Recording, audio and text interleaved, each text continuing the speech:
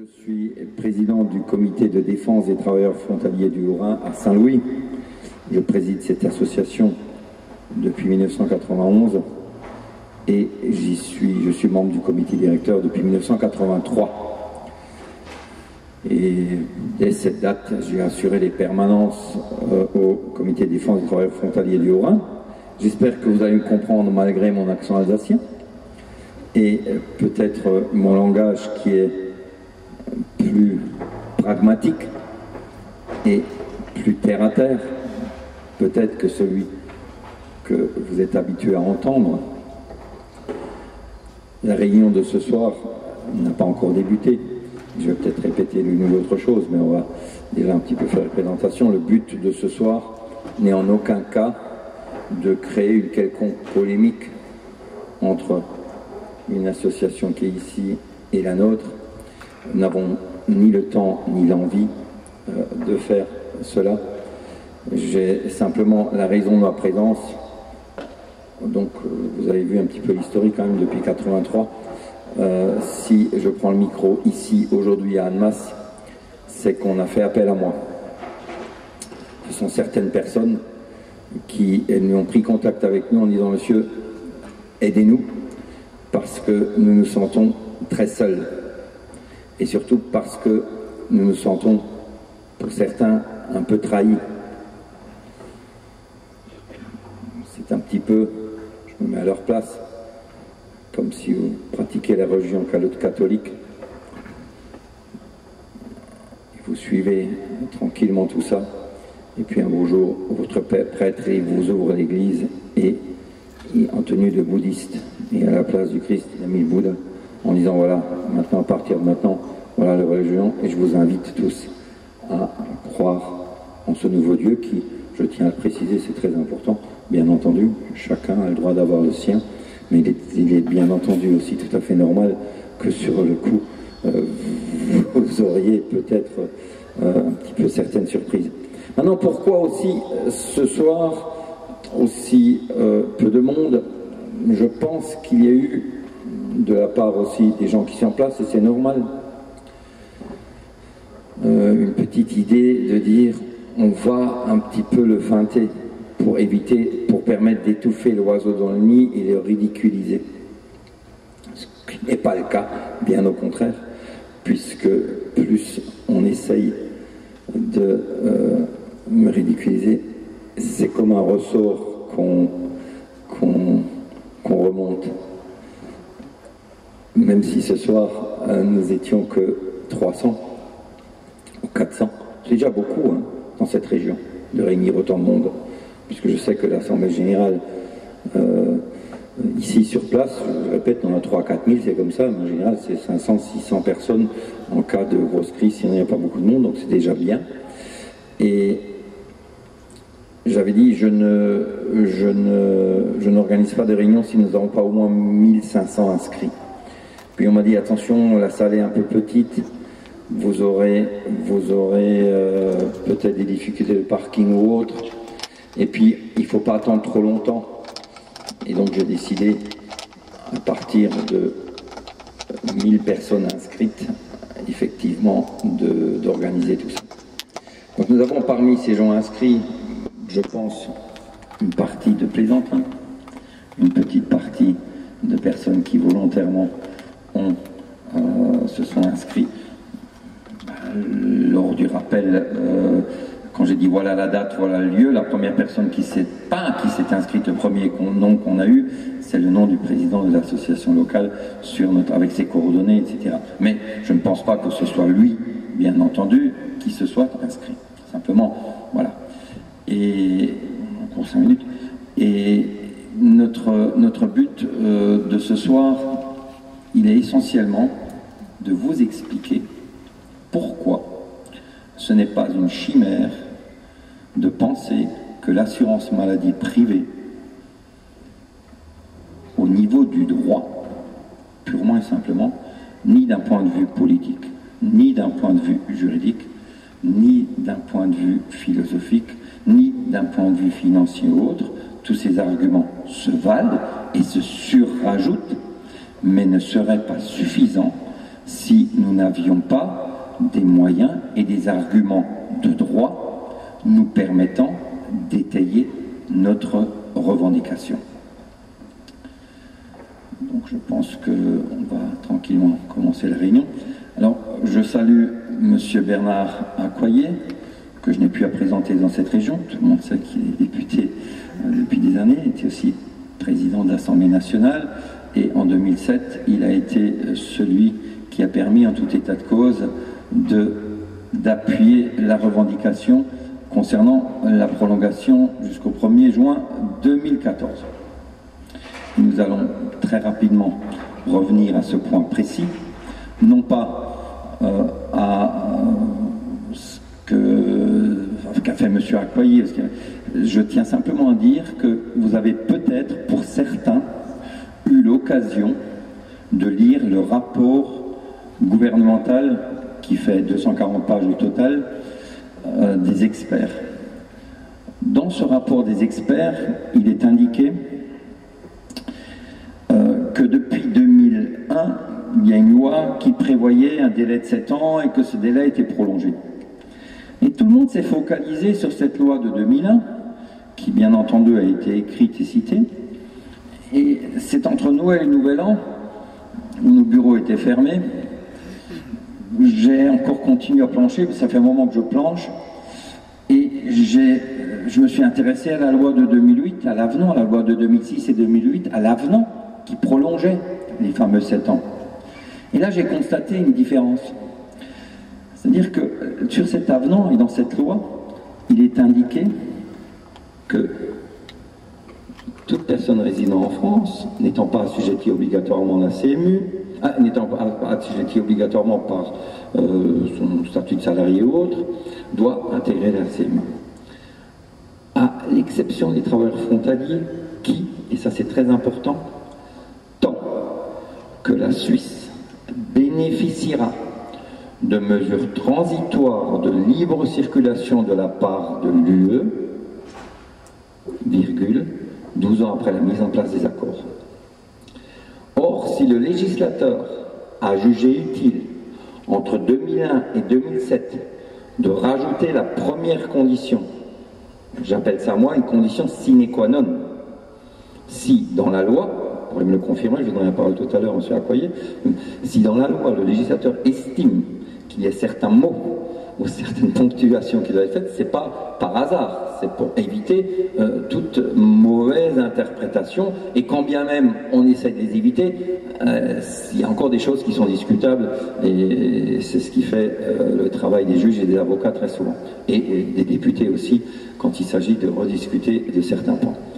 Donc, si on a jugé utile d'indiquer que les frontaliers bénéficieront du libre choix de l'assurance maladie tant que les mesures transitoires entre la Suisse et l'Union européenne concernant la libre circulation des personnes existera, c'est tout simplement parce qu'en 2007, à juste titre, nous avions levé la main en disant attention, ça ne sert strictement à rien, en 2007, de remettre tout ce système à l'envers, je dirais, on met tout ça à l'envers, et dans 7 ans, on recommence depuis le début, puisqu'il était prévu, en 2007 encore, et en 2002, que les Suisses soient soumis à un référendum, absolument pas le référendum qui a eu lieu le 18 février, un tout autre référendum, à savoir, est-ce que la Suisse continue dans sa direction en faveur de l'Europe, ou est-ce que le peuple suisse décide d'arrêter, avec les conséquences, bien sûr, qui en découleraient.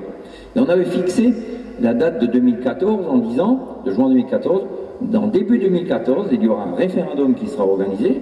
Je pense que je pense que certains d'entre vous le savent, M. Accoyer le savait, en tout cas, il était clair et net qu'en 2014, les mesures transitoires pour la Suisse allaient cesser, et à ce moment-là, la Suisse devrait rentrer dans une autre étape et accepter, il n'y aura plus beaucoup d'exceptions concernant la libre circulation des personnes et des biens. Or, au 1er juin 2014, la Suisse continuera à bénéficier des mesures transitoires sur la libre circulation des personnes. Tout simplement parce que les citoyens bulgares, croates et roumains n'auront toujours pas la possibilité de travailler en Suisse comme ils le souhaitent. Et la Suisse a demandé, en 2013, à l'Union européenne de leur accorder donc une prolongation des mesures transitoires concernant cette libre circulation.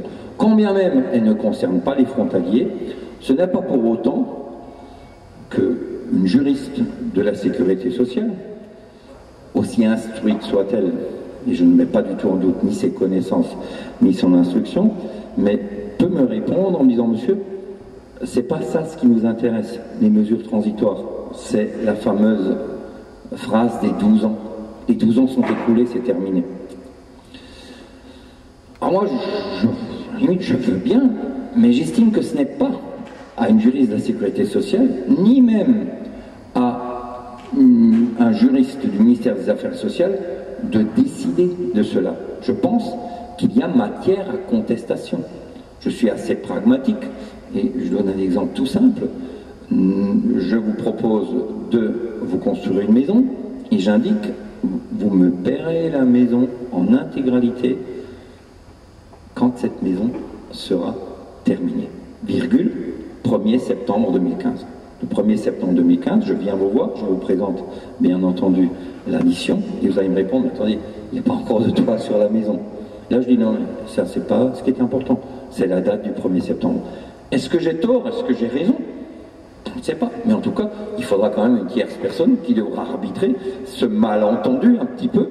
Et en l'occurrence, s'agissant de ce dossier-là, ce n'est pas au ministère, mais ça sera au Parlement, à mon avis, de rediscuter, de savoir pourquoi il était utile en 2008 et en 2006, parce qu'en 2006, on a déjà inscrit, d'inscrire cette condition première, qui n'est pas remplie à ce jour, alors qu'on ne l'avait pas fait en 2001. Il y avait quand même une raison et un but.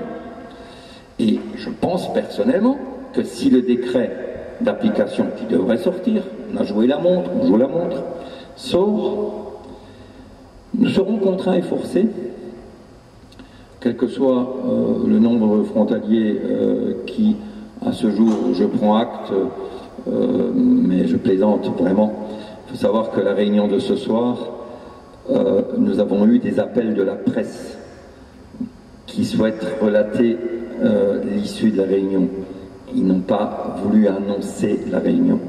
Donc si ce soir nous avons aussi peu de monde, c'est simplement parce que la petite poignée de personnes qui a souhaité que nous intervenions n'a pas réussi à, avec les liens Internet qu'elle a, à faire l'effet boule de neige qu'a Internet. Je pense que la messe n'est pas encore dite, loin de là. Ce soir, nous avons un chapiteau. Je pense qu'au mois de mai, il y aura encore un week-end. Et j'estime que nous aurons l'occasion de nous rencontrer à nouveau, puisque sinon au mois de juin, et c'est à cette date où beaucoup de frontaliers ici prendront conscience des conséquences concrètes de l'application du décret qui est prévu. Donc ce sera partie remise pour moi. Il est à noter que pour contester un décret, nous devrons demander et passer devant le Conseil d'État par le biais d'un avocat en droit institutionnel et demander et motiver une annulation de ce décret. Ceci, nous sommes prêts à le faire. Et vous allez me dire, mais c'est tout ce qu'il a. C'est tout ce qu'il a. On a une contestation là, on a une phrase, et peut-être, de toute façon, le gouvernement socialiste étant majoritaire au Parlement, ils vont voter, ils vont ramener un avenant à cette loi, puis le problème est réglé. Qu'est-ce qu'il veut? Et oui, mais en attendant, c'est la première étape juridique. Alors je vais vous expliquer très vite pourquoi la CMU n'est absolument pas applicable pour les travailleurs frontaliers. C'est très facile à comprendre et c'est tout simple. Il ne faut pas être un grand spécialiste du droit, il faut juste avoir un peu de logique et avoir un petit peu de connaissance et d'expérience dans la spécificité frontalière. Alors la CMU, si demain vous êtes soumis à la CMU, parce que vous devrez quitter votre assurance maladie privée, que vous n'aurez pas la possibilité de vous assurer en Suisse, Vous êtes couvert pour la maladie, pour les risques de maladie et de grossesse. Et en France, tous les gens qui sont à la CMU, ils sont aussi couverts pour l'accident.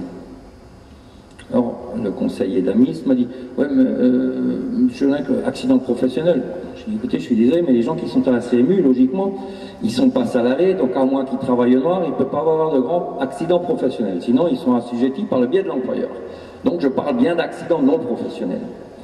Ce qui signifie que nous payerons, et nous devrions payer, la même cotisation que ces assurés à CMU, qui sont couverts pour un risque pour lequel nous sommes déjà couverts en Suisse et pour lequel nous devons obligatoirement payer. Ce qui signifie, tout simplement, et là je reprends ma Bible, qui est le fameux rapport de mes experts, qui dit, en toutes lettres, la Cour européenne de justice, en 1999, s'agissant de la CSG, a clairement indiqué qu'elle n'accepterait aucune double cotisation, aussi infime soit-elle. C'est écrit en toutes lettres par les deux rapporteurs qui ont été mandatés par le gouvernement. Ça, ils l'avaient compris. Sauf qu'ils n'ont, eux, bien entendu, ils n'étaient pas dans l'optique de la CMU. Dans quelle optique étaient-ils? Vous le savez, pour ceux qui ont lu le rapport. Ils ont préconisé et proposé que les frontaliers soient soumis à une cotisation de 3% pour l'assurance maladie, plus 5,3% de CSG, qu'ils ont rapidement inventé, et sont passés par le Parlement et rien, ils estimaient que c'était bon, 5,3, c'est le juste prix, puisque la CSG-CRDS sert aussi en partie à financer les retraites auxquelles, bien entendu, ces cotisations-là, nous n'y sommes pas soumis. Donc ils ont bien vu qu'il y avait un problème d'équité par rapport à ce problème-là.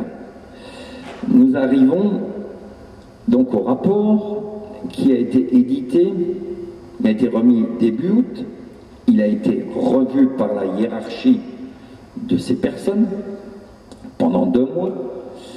Ils sont un petit peu restés accrochés sur le rapport pendant 8 jours, une journée, et presque, je dirais, une nuit, puisque j'ai eu le rapport à 20 h le lundi soir.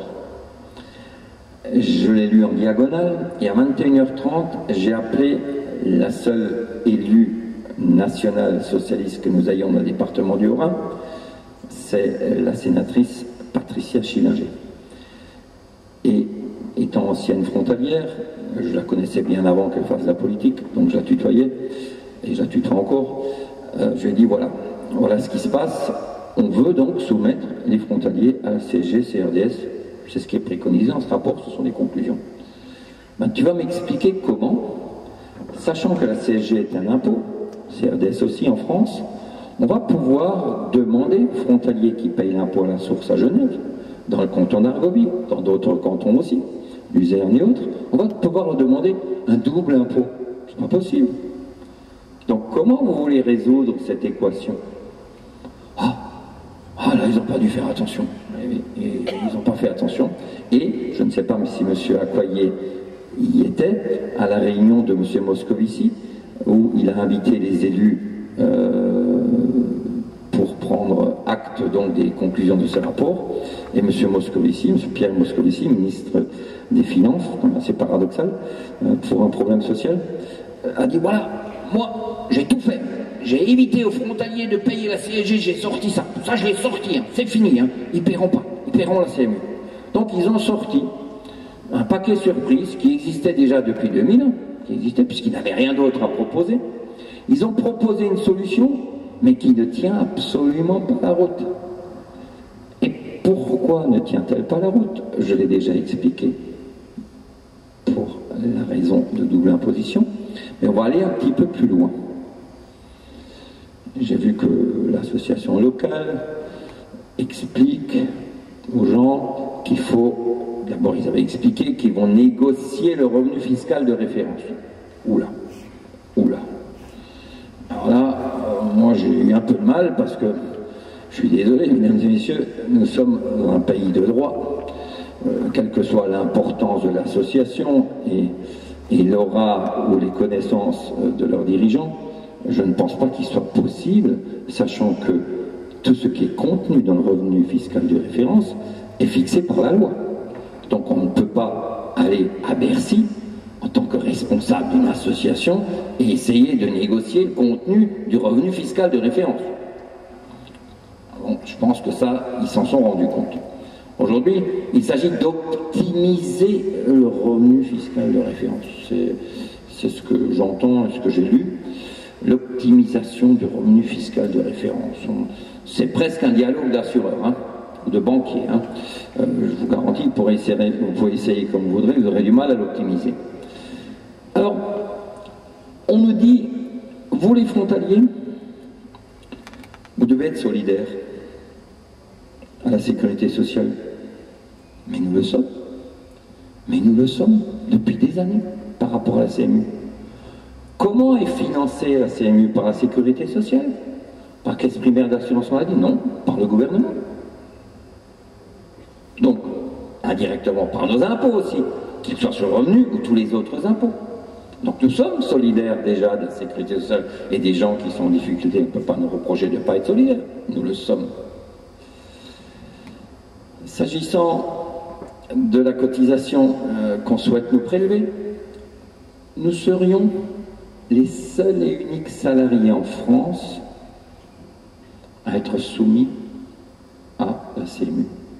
Puisque la CMU a été créée pour des gens qui sont dans aucun cadre de couverture obligatoire de sécurité sociale. On peut dire, mais c'est votre cas, c'est le cas des frontaliers. Allez, on le met là-dedans. Très bien. Donc on nous place là-dedans et on découvre quoi?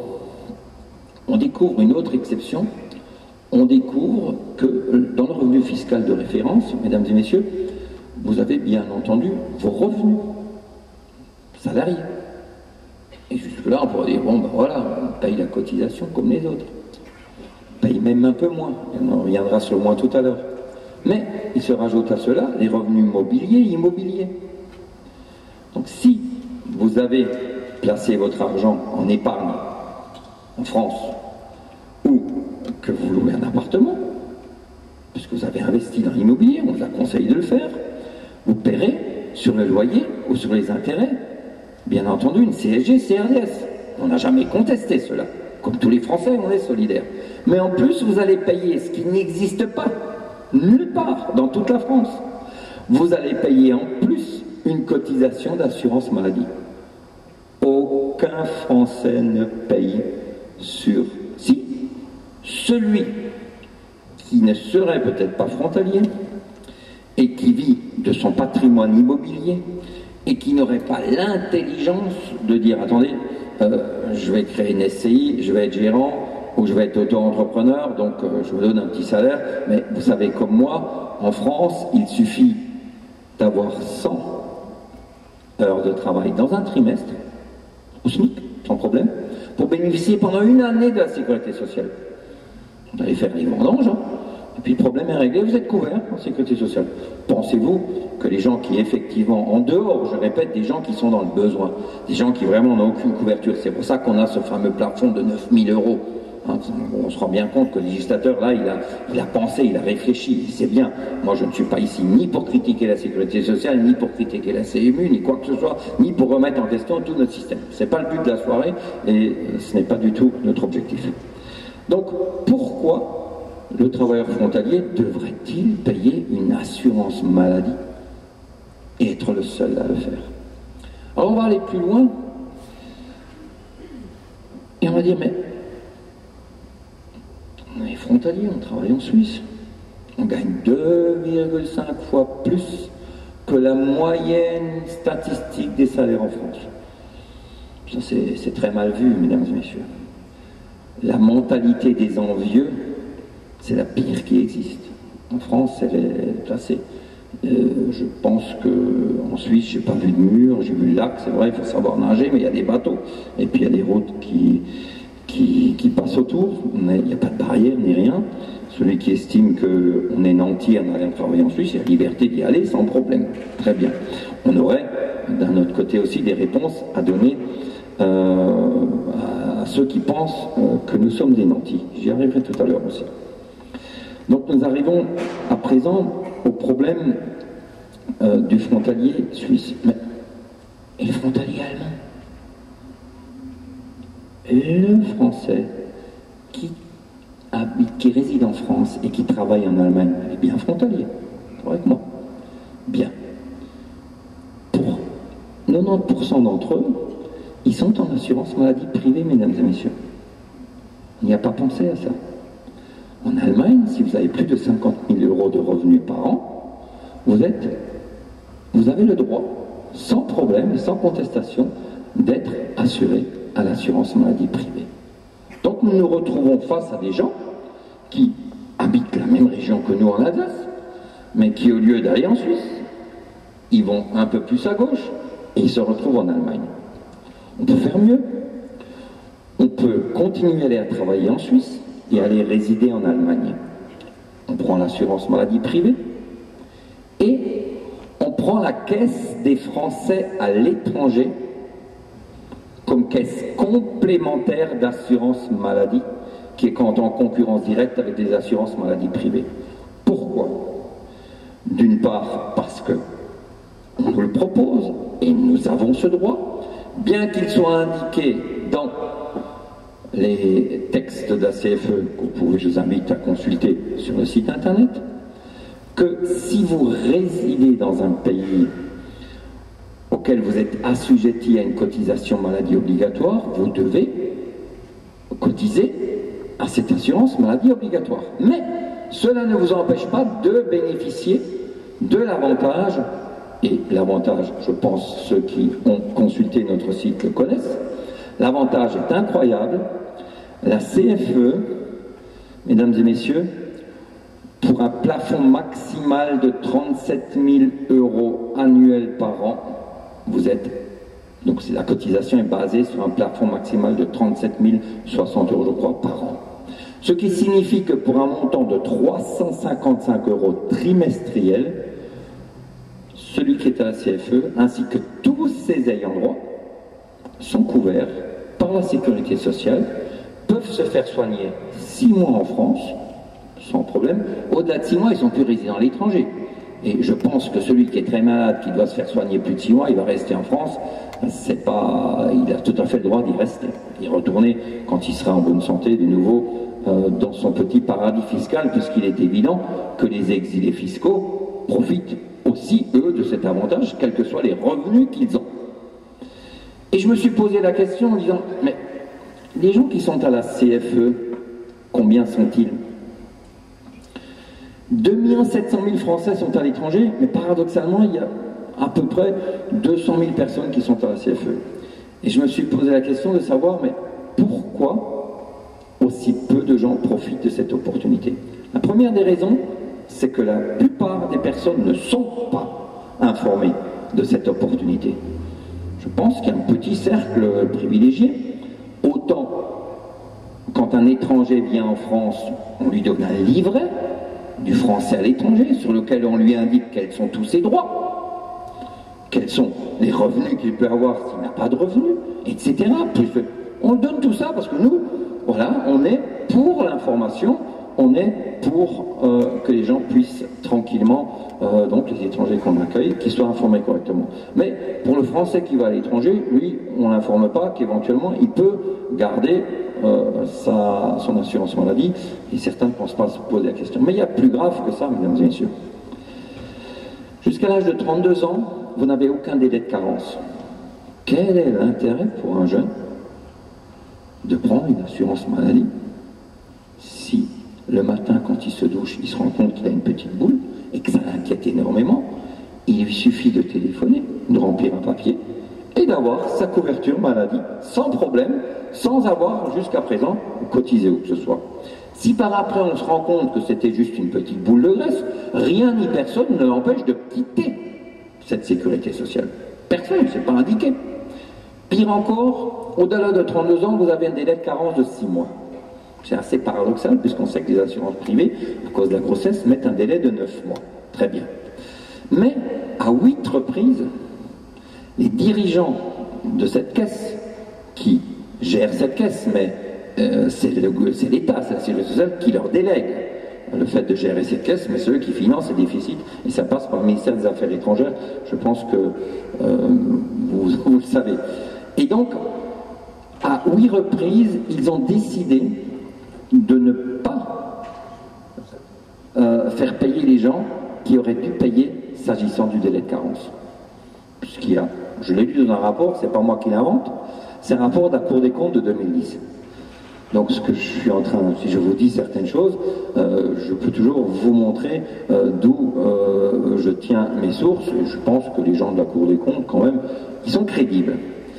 Et ils ont dénoncé donc cette situation, mais la Cour des comptes n'a aucun pouvoir, bien entendu, pour intervenir. Alors on m'a dit au ministère, la dernière fois que j'y étais, Monsieur Jeannec, tout ce que vous réussirez à faire, c'est de supprimer, c'est de faire en sorte que cette CFE soit supprimée. C'est déjà pas mal si je réussissais ça. C'est déjà pas mal si je réussissais ça. Ça rapporterait beaucoup d'argent à la France, je pense. Mais moi, c'est pas ce que je veux. Moi, ce que je dis, c'est nous sommes des salariés à l'étranger. Nous ne sommes pas des salariés en France. Nous résidons en France, c'est tout. Mais nous sommes bel et bien des salariés à l'étranger. Donc cette fameuse phrase dans laquelle on indique tous les salariés à l'étranger peuvent souscrire à la CFE, à l'exception des travailleurs frontaliers, puisqu'ils résident en France et que donc ils pourraient se faire soigner au-delà de 6 mois, cette fameuse phrase, je ne peux pas l'accepter sous une telle forme. Pour la bonne et simple raison que j'estime qu'il y a en l'occurrence une discrimination en fonction de mon choix de lieu d'habitation, qui est totalement interdite par le droit européen.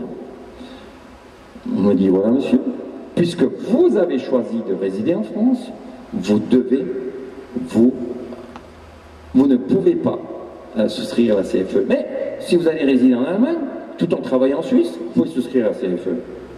Qu'est-ce que c'est que cette histoire?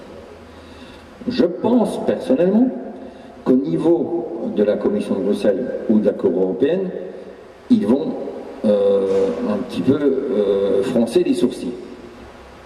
Et le fait de supprimer la CFE, je le répète, n'arrangera en rien les choses, puisque nous avons néanmoins toujours, par rapport au texte européen, cette fameuse double cotisation.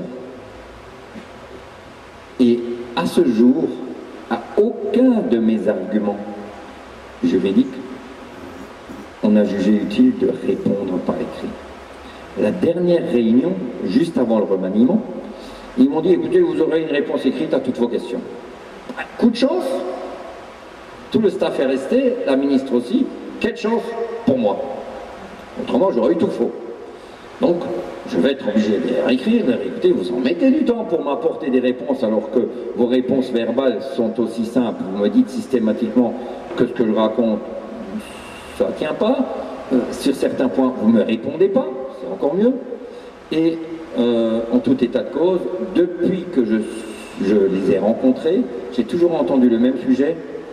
Vous aurez la CMU, pas la CMU, vous allez passer à la sécurité sociale, l'assurance maladie privée sera. C'est discours la première fois où j'étais au ministère des Affaires sociales en 2012, ça a été clair, net et précis. Alors maintenant, il y a des choses que vous ne savez pas, puisque vous avez l'information qui vient d'un seul et unique haut-parleur. On n'avait même pas la stéréo. Donc, peut-être certains l'ont, puisqu'ils ont visité notre site. Pourquoi, par exemple, le 1er janvier 2013, les frontaliers n'ont pas déjà passé à la CMU? Ah, c'est parce que l'association locale, la vôtre, est intervenue et leur a dit ça ne marche pas. Eh ben non. Eh ben non. Je vais vous dire pourquoi. Et non seulement on me l'a dit, mais j'en ai eu la preuve orale.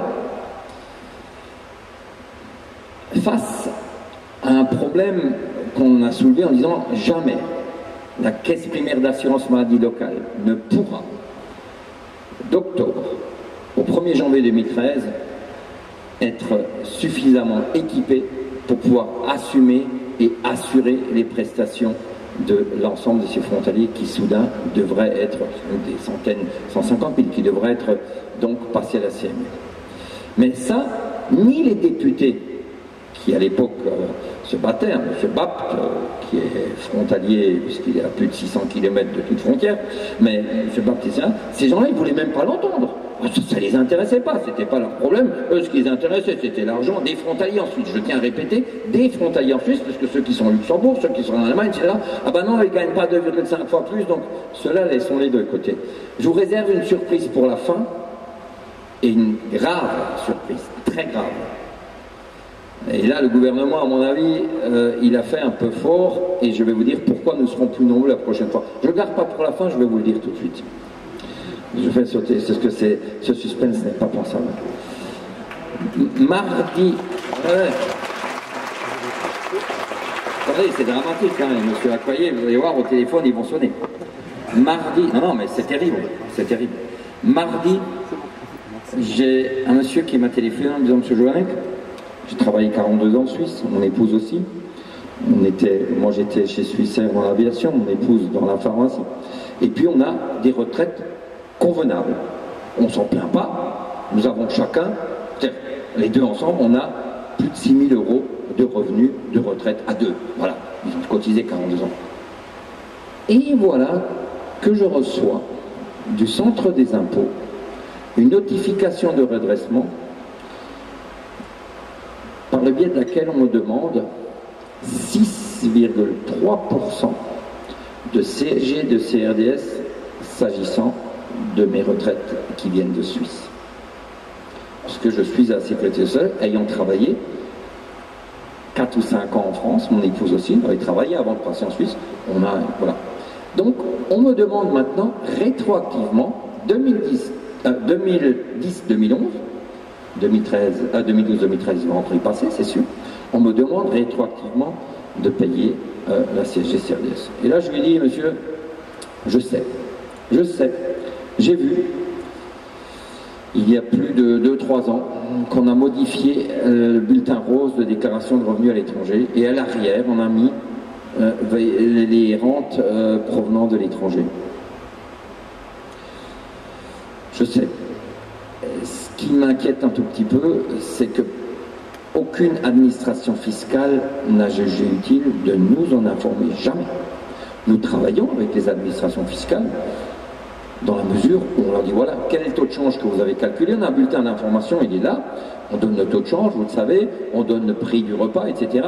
Donc toutes ces informations-là, on les donne, comme nous avons donné il y a 4-5 ans, quand certains inspecteurs des centres des impôts nous ont téléphoné en disant « Monsieur Joannek, il faut faire attention ». On a reçu des ordres de notre chef de centre qui dit « Attention, les frontaliers, quand ils ont un compte à l'étranger, vous les alignez s'ils n'ont pas déclaré ». Donc Monsieur Joannek, conseillez-leur vivement de les déclarer. Attendez, il y a 10 ans déjà, nous avons parlé de ce problème à Colmar, à la direction. Ils ont dit « Non, laissez tomber, ça ce n'est pas… » Pour le frontalier qui travaille en Suisse, qui a un compte salaire, cette déclaration de compte à l'étranger, elle est faite pour les gens qui, effectivement, moi, j'ai jugé utile de dire aux frontaliers qui n'ont rien à cacher, de déclarer leur compte à l'étranger, et on a donné l'information. Mais il y a une information qui a passé, même si elle était indirecte. Donc je dis à ce monsieur, vous faites juste une lettre en disant, c'est une aberration, je suis le seul et unique. Dans toute la région à être soumis à ce truc-là. Veuillez quand même vérifier auprès de la direction régionale des impôts le bien fondé de votre demande. Sauf que l'après-midi, j'ai un frontalier adhérent chez nous qui est venu et qui m'a emmené le même papier pour ses parents à lui. Là, ça devient plus épineux. Et ce soir, juste avant de venir, j'ai eu un coup de fil d'un secrétaire qui dit voilà. Voilà-t-il pas que mon adhérent, c'est âgé, il est allé au centre des impôts, et on lui a fait la déclaration de revenus, et au centre des impôts, on a mis sur la feuille rose à l'arrière son revenu provenant d'étrangers. Les rentes, il est rentier, son monsieur est retraité. Donc, mesdames et messieurs, nous allons avoir non seulement les frontaliers avec nous, mais nous allons avoir à côté de nous aussi les retraités frontaliers, qui eux aussi vont être face à un problème. Sur le moment, moi j'ai pensé, bon, c'est la loi, c'est comme ça, les Français ont fait une loi, c'est comme ça, ils sont en sécurité sociale, il faut qu'ils payent. Puis dans la nuit, je me suis réveillé avec le problème en disant, attends, il y a quelque chose qui ne va pas, on ne peut pas rester dans cette logique. Il existe des lois européennes, et dans ces lois européennes, on a été obligé de trancher sur certains points. Il y a des points qui donnent des avantages, et des points qui donnent des inconvénients. On est obligé de prendre et de déterminer un choix, donc ce n'est pas à moi de dire oui, bon, j'ai le raisonnement. Non, non. Je dois effectivement, et c'est ce qu'on va devoir faire, on va devoir poser la question à la Commission de Bruxelles. Et j'avais déjà évoqué ce sujet à la Commission de Bruxelles qui m'a dit non, non. Les retraites provenant des pays européens n'ont pas à être soumises à CSG-CRDS. Mais je n'ai pas approfondi le sujet. C'est quand j'avais vu ce bulletin de rose et que j'étais à Bruxelles, j'avais vu sur le bulletin de rose ce petit truc-là. On dit non, ça, ne vous inquiétez pas. Là, il n'y a pas de risque. Mais on n'a pas approfondi, donc il va falloir qu'on approfondisse ce sujet. En tout cas, aujourd'hui, je ne peux pas dire si. Je peux dire oui que la France a voté, le Parlement a voté une loi de ce type. Je ne peux pas dire si effectivement on peut appliquer la CSG-CRDS sur les revenus provenant de Suisse. Je peux simplement dire que ça ne concernera pas que les revenus provenant de Suisse, mais de tous les frontaliers en Allemagne, etc., etc., du Luxembourg et partout. Alors je ne vous dis pas le périmètre que cela représente, et ceux de Monaco aussi d'ailleurs, le périmètre et de Belgique. Donc le périmètre que ça représente, et ça va faire du bruit. Ça va faire du bruit, et 6,2% de la rente brute du jour au lendemain, ça fait une sacrée perte de pouvoir d'achat, mesdames et messieurs.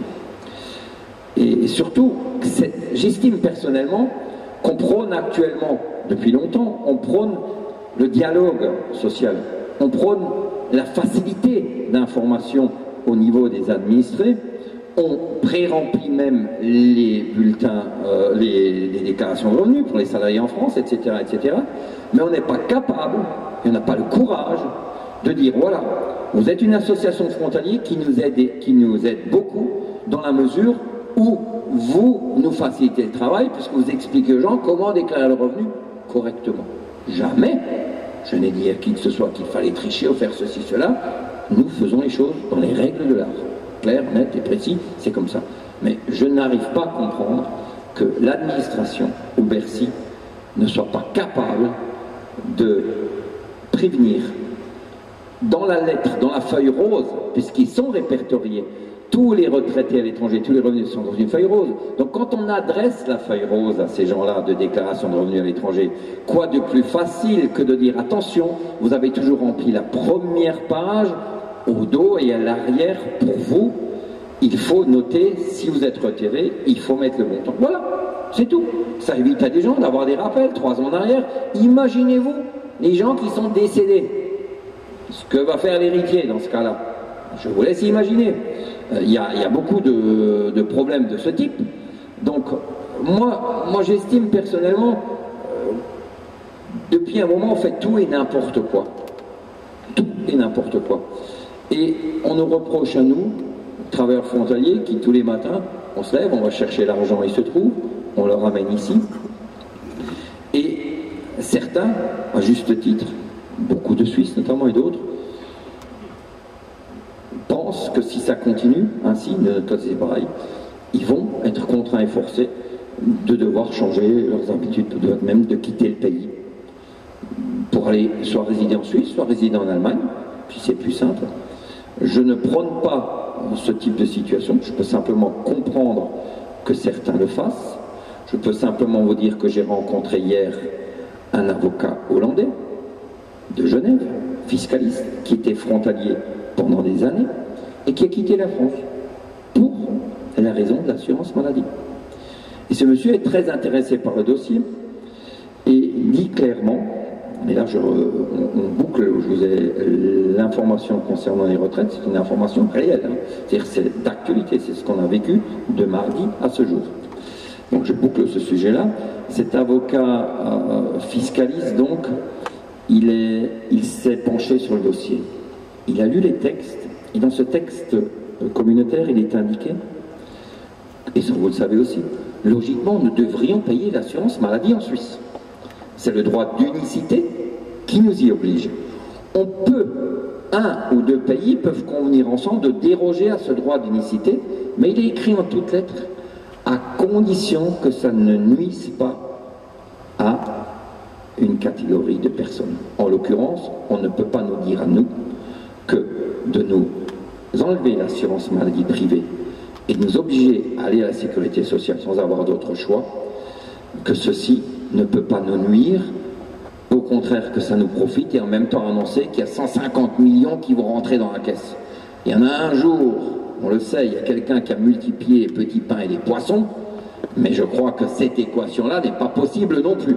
On ne peut pas dire à la fois, vous allez économiser beaucoup d'argent, ça ne sera même pas plus cher, mais nous gardons 150 millions.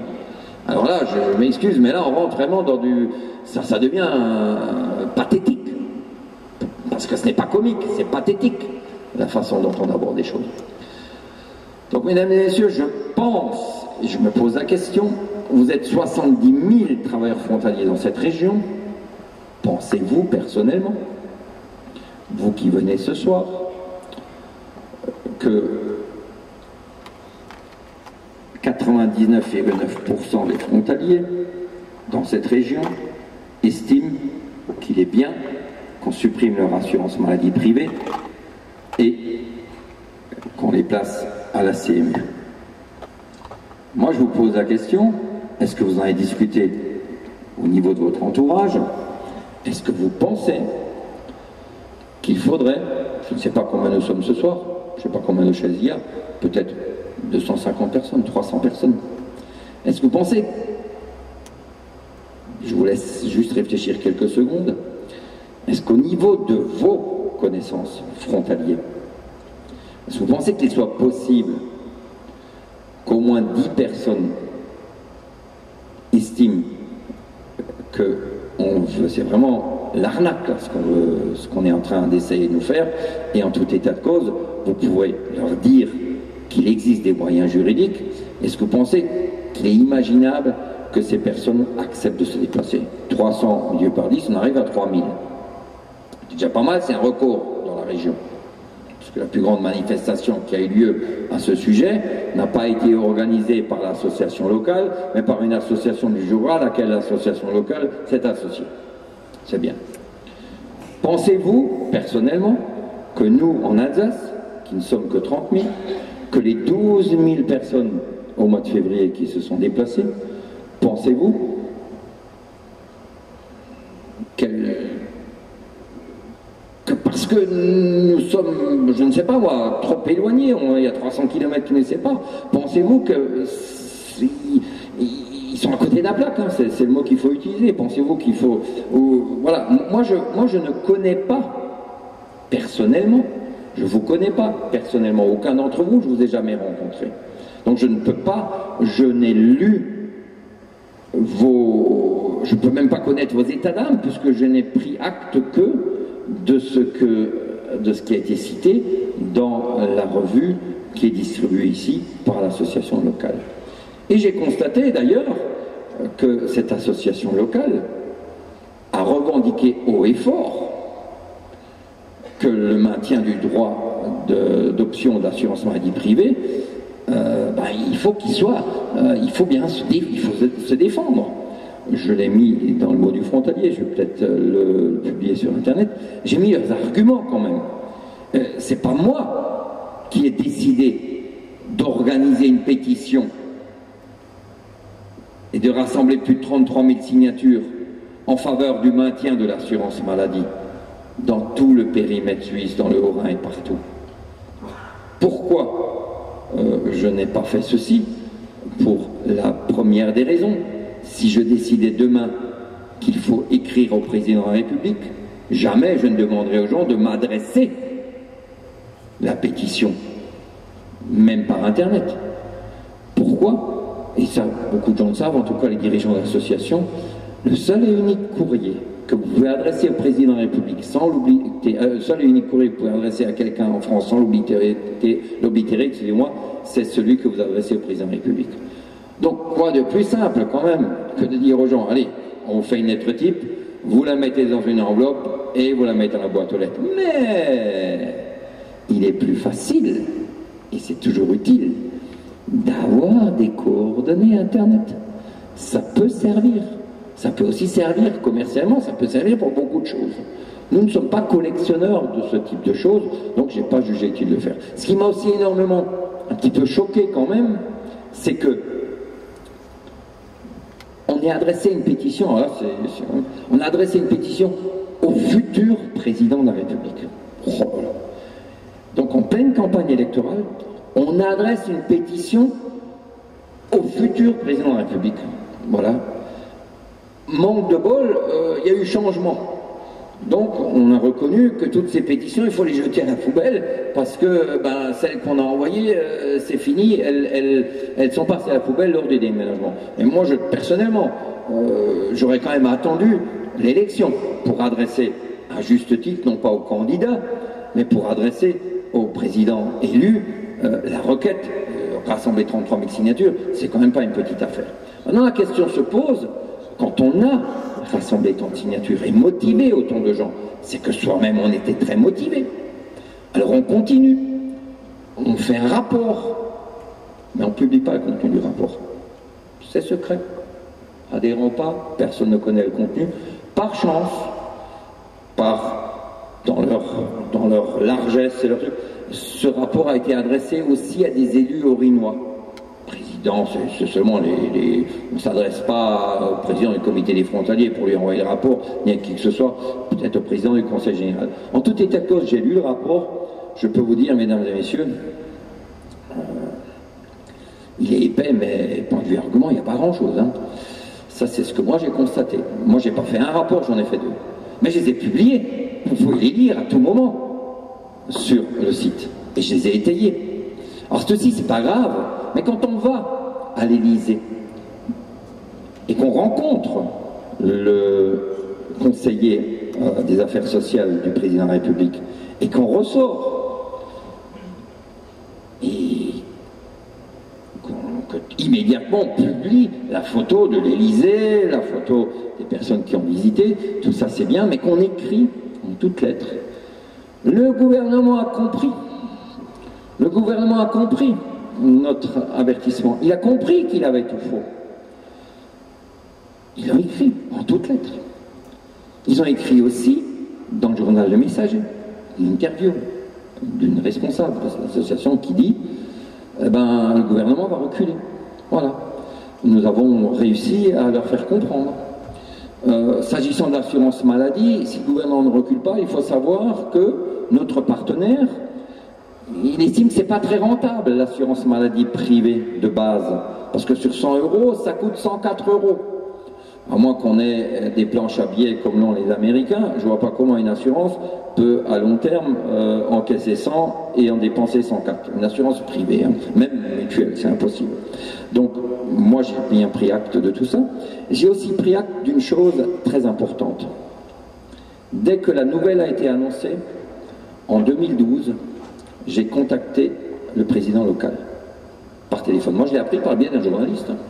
Mais j'en croyais pas mes oreilles, donc j'ai regardé sur internet et j'ai vu que l'information était bonne. Hein. J'ai immédiatement appelé le président ici qui n'était pas informé. Et je lui ai dit, écoute, sur ce dossier-là, nous devons travailler en commun. C'est une cause commune. Qu'en penses-tu? Ah oui, d'accord. Bon, le premier des deux qui a un rendez-vous au ministère, il y va avec l'autre. Oui, d'accord. Très bien. Par chance, j'ai obtenu le premier rendez-vous. Mais j'ai refusé formellement de me déplacer sans, comme je l'avais promis, je m'étais engagé, sans que le représentant de l'association locale m'accompagne. Et on m'a dit, ah non, nous, c'est séparé. J'ai dit, ça ne marche pas. Et au risque donc de ne pas avoir de rendez-vous, de ne pas pouvoir contacter ces gens, j'ai tenu ma parole. Et puis, on nous a fixé un nouveau rendez-vous en acceptant les deux partenaires. Puis, et je n'avais pas terminé, avec la sénatrice qui a donc écrit au président de la République par un SMS. Pourquoi? Elle avait le SMS de M. Hollande, je ne le savais pas moi, je l'ai appris dernièrement par la télévision, que M. Hollande n'a pas changé de numéro de téléphone, il a gardé, c'est tout à fait son droit, voilà, il a gardé celui qu'il avait en tant que secrétaire du Parti Socialiste. Donc elle avait ce numéro, elle lui a fait un SMS un samedi. Quand M. Hollande a reçu ce SMS, il a demandé à ses services de l'Élysée de vérifier la situation par rapport à l'assujettissement des frontaliers au 1er janvier 2013. Et ces services ont dû travailler tout le week-end. Et le lundi matin, la décision a été prise de reporter ceci au 1er juin 2014.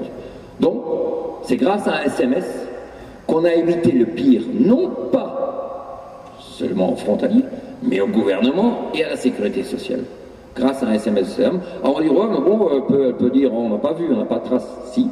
5 jours après après que l'association locale ait visité le représentant de l'Élysée, j'y suis allé moi aussi. Et j'ai entendu un tout autre discours. Un discours qui disait non, non, non, absolument pas. Vous allez passer à la caisse. Le discours que j'ai toujours entendu.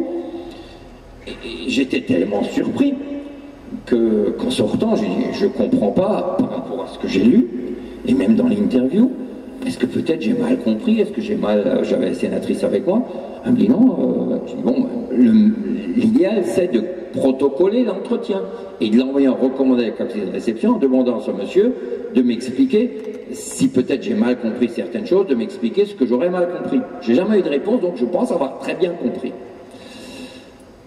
En sortant du bureau, j'étais devant et à l'arrière, ce monsieur dit dis donc, vous nous avez fait travailler. Le fameux week-end, vous avez envoyé le SMS à M. Hollande. Moi, j'étais devant, je n'étais pas censé l'avoir entendu. Bon, ça a été quand même efficace. Donc, je dois dire que c'est là où j'ai un petit peu un problème. Moi, ce qui m'intéresse, c'est pas qui a fait quoi. Mais ce qui quand même m'interpelle au plus haut point, c'est que sans cesse, et je ne me suis jamais permis ça, c'est que sans cesse, on puisse dire, grâce à nous, on a obtenu ça. Grâce à nous, nous avons obtenu ça. Grâce à nous. Donc c'est grâce au GTE, M. Accoyer, désolé pour vous, qu'en 2007 et 2008, le GTE a obtenu la prolongation. C'est le GTE. C'est grâce à nous. C'est pas grave. Mais ce qui m'inquiète encore plus, c'est qu'en 2001, je réunissais en Alsace des milliers de personnes, des cortèges, des kilomètres, et j'ai sorti un samouraï. Heureusement, on n'a pas sorti ici. J'ai sorti un samouraï comme bulletin de vote. Il s'agissait du référendum sur les 7 ans de mandat du président de la République ou sur les 5 ans. Donc on n'allait pas mettre la démocratie, la faire tomber à terre avec ce fameux bulletin de vote. Devant, il y avait le samouraï, celui qui est ici, qui dit « touche pas mon assurance maladie », et à l'arrière il était inscrit « ce vote n'est pas plus nul que certaines décisions ». Il y avait beaucoup plus de bulletins jaunes dans des dizaines et des dizaines et des dizaines de communes, parce que j'avais quand même publié dans la presse, hein, les samouraïs, ils n'avaient qu'à les découper, que de oui et de non. Et donc je suis allé voir M. Jean-Marie Bockel, à l'époque socialiste encore, et je lui ai dit, voilà, M. Bockel, dans quelques mois, nous allons arriver au présidentiel. Vous voulez qu'on continue comme ça? Vous savez très bien, et puis d'autres pour avoir la même idée. Et c'est à ce moment-là, M. Bockel a pris le dossier sous le bras, encore une fois, il est allé voir M. Jospin. Et la veille de notre Assemblée Générale, nous avons reçu un fax, à l'époque les mails n'existaient pas, encore aussi courant, un fax. Sur ce fax, il y avait Matignon. Et en bas, il y avait le nom de Mme Martine Aubry et le nom de M. Pierre Moscovici, mais il n'y avait pas de signature. Donc j'avais bien compris que la décision a été prise à un niveau plus élevé, puisqu'en bas, on n'arrivait pas à les faire décider en faveur de notre libre choix en 2001. Mais qu'avait fait ici l'association et leurs partenaires? Ils avaient installé un bureau à Genève en disant, vous inquiétez de rien, on va continuer à vous assurer. Ça s'appelait la Strasbourgeoise à l'époque, hein, il n'existe plus aujourd'hui. On va continuer à vous assurer, et puis en complémentaire, on vous assurera en France. Pendant que nous nous battions avec le peu de moyens que nous avions, voilà comment on a résolu le problème chez vous. Et j'ai eu un téléphone un peu paniqué du responsable local à l'époque, qui me dit t'en es où? Je dis écoute, c'est réglé, je pense qu'on est sauvé, on a effectivement le maintien du droit d'option. Puis je regarde ce numéro parce qu'il apparaissait à l'époque son numéro, et je dis mais tu es où là? Je suis à Strasbourg. Je dis bon, tu es à Strasbourg, t'as pas passé par... Non mais je suis à l'assurance à Strasbourgeoise. Donc ils ont dû fermer le bureau qui s'avait ouvert à grand renfort de trucs et tous les projets se sont écroulés. Mais ce n'était que partie remise, mesdames et messieurs. Aujourd'hui, une assurance française ne peut pas proposer la LAMAL, il y a une sélection qui est faite, c'est la loi, c'est comme ça, on ne peut plus ouvrir de bureau. Mais ce n'était que partie remise. Et c'est là où j'ai, moi, personnellement, un énorme problème. À savoir, chaque assureur est bien entendu libre de faire comme bon lui semble. Mais quand le partenariat est tellement étroit qu'il y a une relation de cause à effet entre la cotisation à l'assurance et la cotisation à l'association qui est versée par l'assurance à l'association, là je peux quand même m'imaginer qu'il soit pensable que le partenariat crée une certaine dépendance.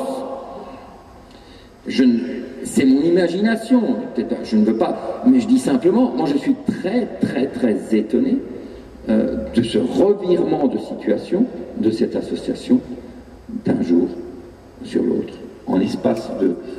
Donc on a renoncé pratiquement à 18 mois de contestation en l'espace de...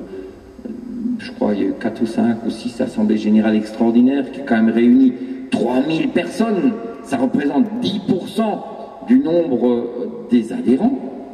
Et si j'en dis oui, c'est bien comme ça.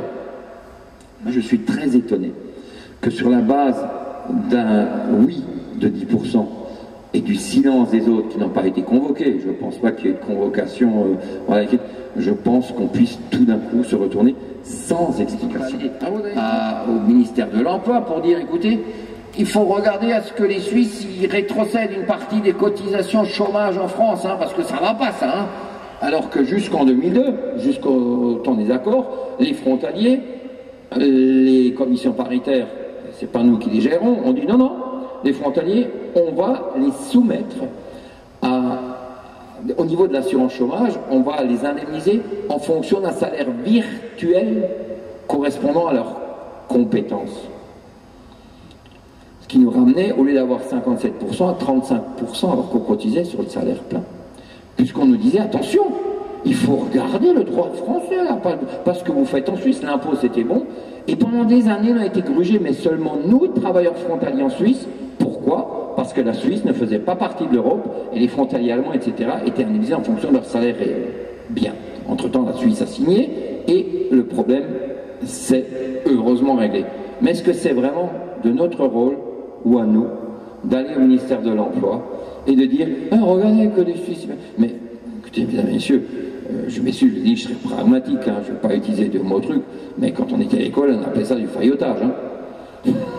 Hein, étant tout petit déjà, hein, je vois pas. Bon, on s'est vraiment fait gruger à mort, et ensuite, est-ce que c'est le rôle, est-ce que c'est notre rôle à nous, après qu'on nous ait tapé, de leur donner encore le bâton pour qu'ils puissent nous retaper? Je crois qu'à quelque part, il faut garder, et je vais juste suivre dans la même logique.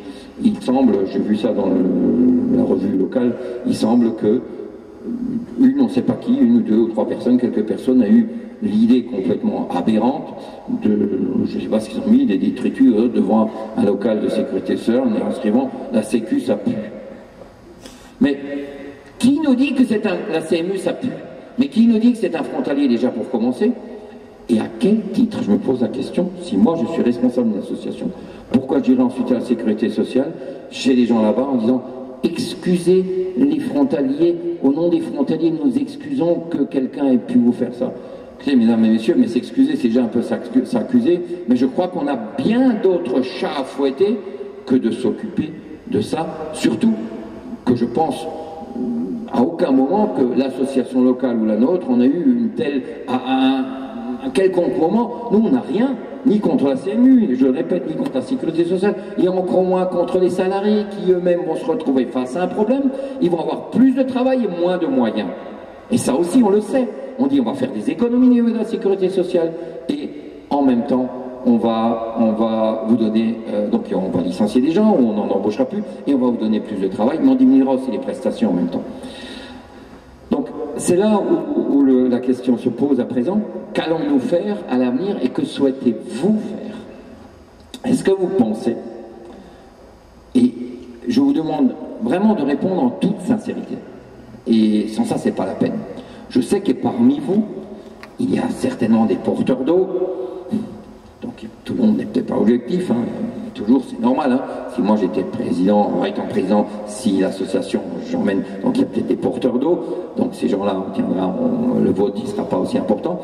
Est-ce que vous pensez qu'il est utile d'informer les frontaliers de cette région, plus de frontaliers de cette région, du bien fondé de notre revendication, non pas je répète, d'un point de vue financier, diplomatique, parce que, à cause des soins en Suisse, simplement parce que nous avons des moyens juridiques que je vous ai soumis, dont je vous ai soumis une partie, des autres, vous les lirez sur notre site.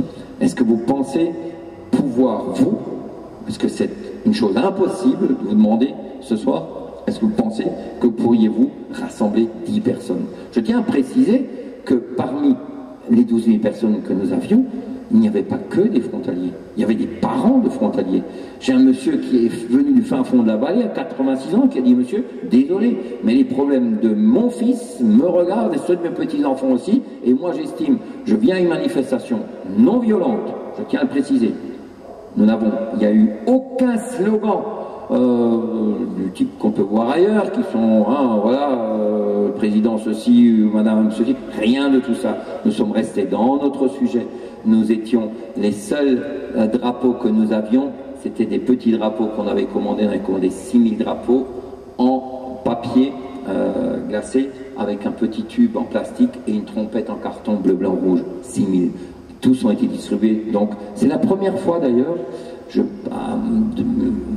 que moi j'ai vu que les renseignements généraux donnaient les mêmes chiffres que les organisateurs. On a approuvé la présence des 12 000 personnes. Les renseignements généraux ont approuvé. Donc nous ne sommes pas dans la démagogie ni dans l'exagération. Je crois que les images étaient claires, mais nous n'avons pas eu l'écho médiatique souhaité. Pourquoi? Parce qu'en France, c'est la mode.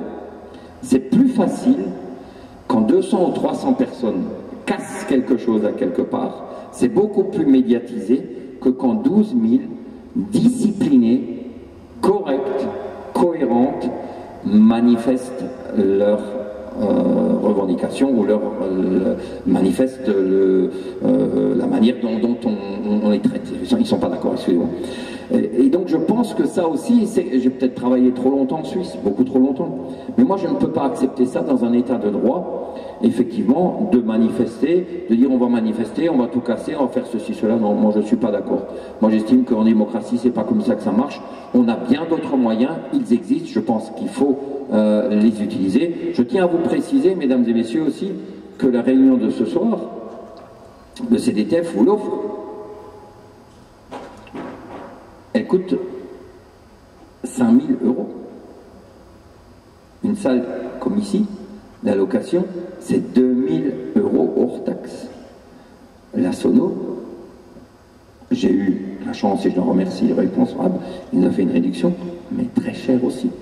Je tiens à préciser que nous n'avons pas hésité à répondre à l'appel au secours. Et j'ai bien dit, l'entrée est gratuite et tout, il n'y a aucun problème.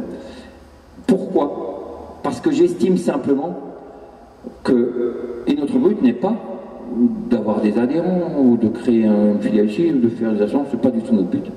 Mais j'estime qu'il y a non-assistance à collectivité en danger. Quand je parle de la collectivité, je ne parle pas simplement des frontaliers, mais je parle de l'ensemble de la région frontalière. Je parle des commerçants qui manquent à l'appel, je parle des banques, je parle de toute l'économie, je parle de toute la richesse culturelle, de tout ce qui existe. Je suis venu hier soir parce que j'ai vu l'avocat à Genève, mais j'ai vu qu'il y a encore une vie, on a fait des statistiques, on a constaté que dans les régions frontalières, démographiquement, la démographie est plus développée. Pourquoi? Parce qu'on a encore des projets d'avenir, parce qu'on peut encore un petit peu se projeter. Est-ce qu'on va casser tout ça? Est-ce qu'il faut écraser tout ça par des décisions qui sont d'une incohérence totale et absolue, et surtout qui sont illégales? Et cette question-là, il faut la poser. Vous êtes les premiers. On vous a mobilisé par le biais d'Internet. Pas facile, j'avais pas d'adresse. Moi, j'avais pas fait de pétition. Si j'avais fait la pétition, j'aurais eu peut-être des milliers de mails que j'aurais pu diffuser. Mais je pense que c'est à vous, si vous le souhaitez, et si vous l'acceptez, de devenir les porte-paroles et tenter de mobiliser encore plus de personnes. Est-ce que, et je vous demande vraiment en toute sincérité, est-ce que vous pensez que ce soit possible? Si oui, ceux qui pensent oui, lèvent la main, et ceux qui pensent qu'ils ne s'en sont pas.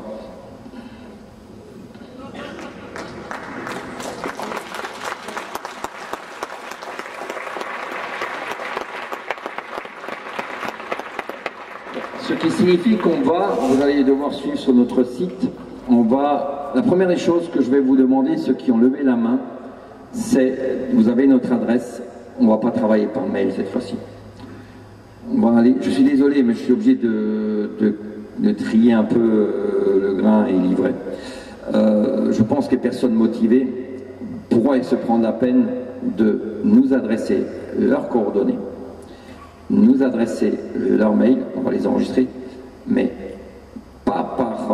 on reçoit plus de 400 mails par jour actuellement, etc. Il est beaucoup plus facile pour nous, beaucoup plus sérieux, et là on verra la motivation d'enregistrer les gens qui aujourd'hui ont levé la main et qui sont d'accord de dire enregistrez-moi et envoyez-moi les dates, les moyens, et je m'engage personnellement à vous trouver 10 personnes. Non pas, vous ne les emmenez pas de force, je ne veux pas de figure ni rien, mais je pense que parmi vous, il y a beaucoup de gens qui actuellement sont conscients qu'on les emmène droit dans un mur et ils se laissent un petit peu, ils se laissent complètement, je dis, je répète, ils n'ont pas entendu d'autres discours et ils pensent que c'est une fatalité.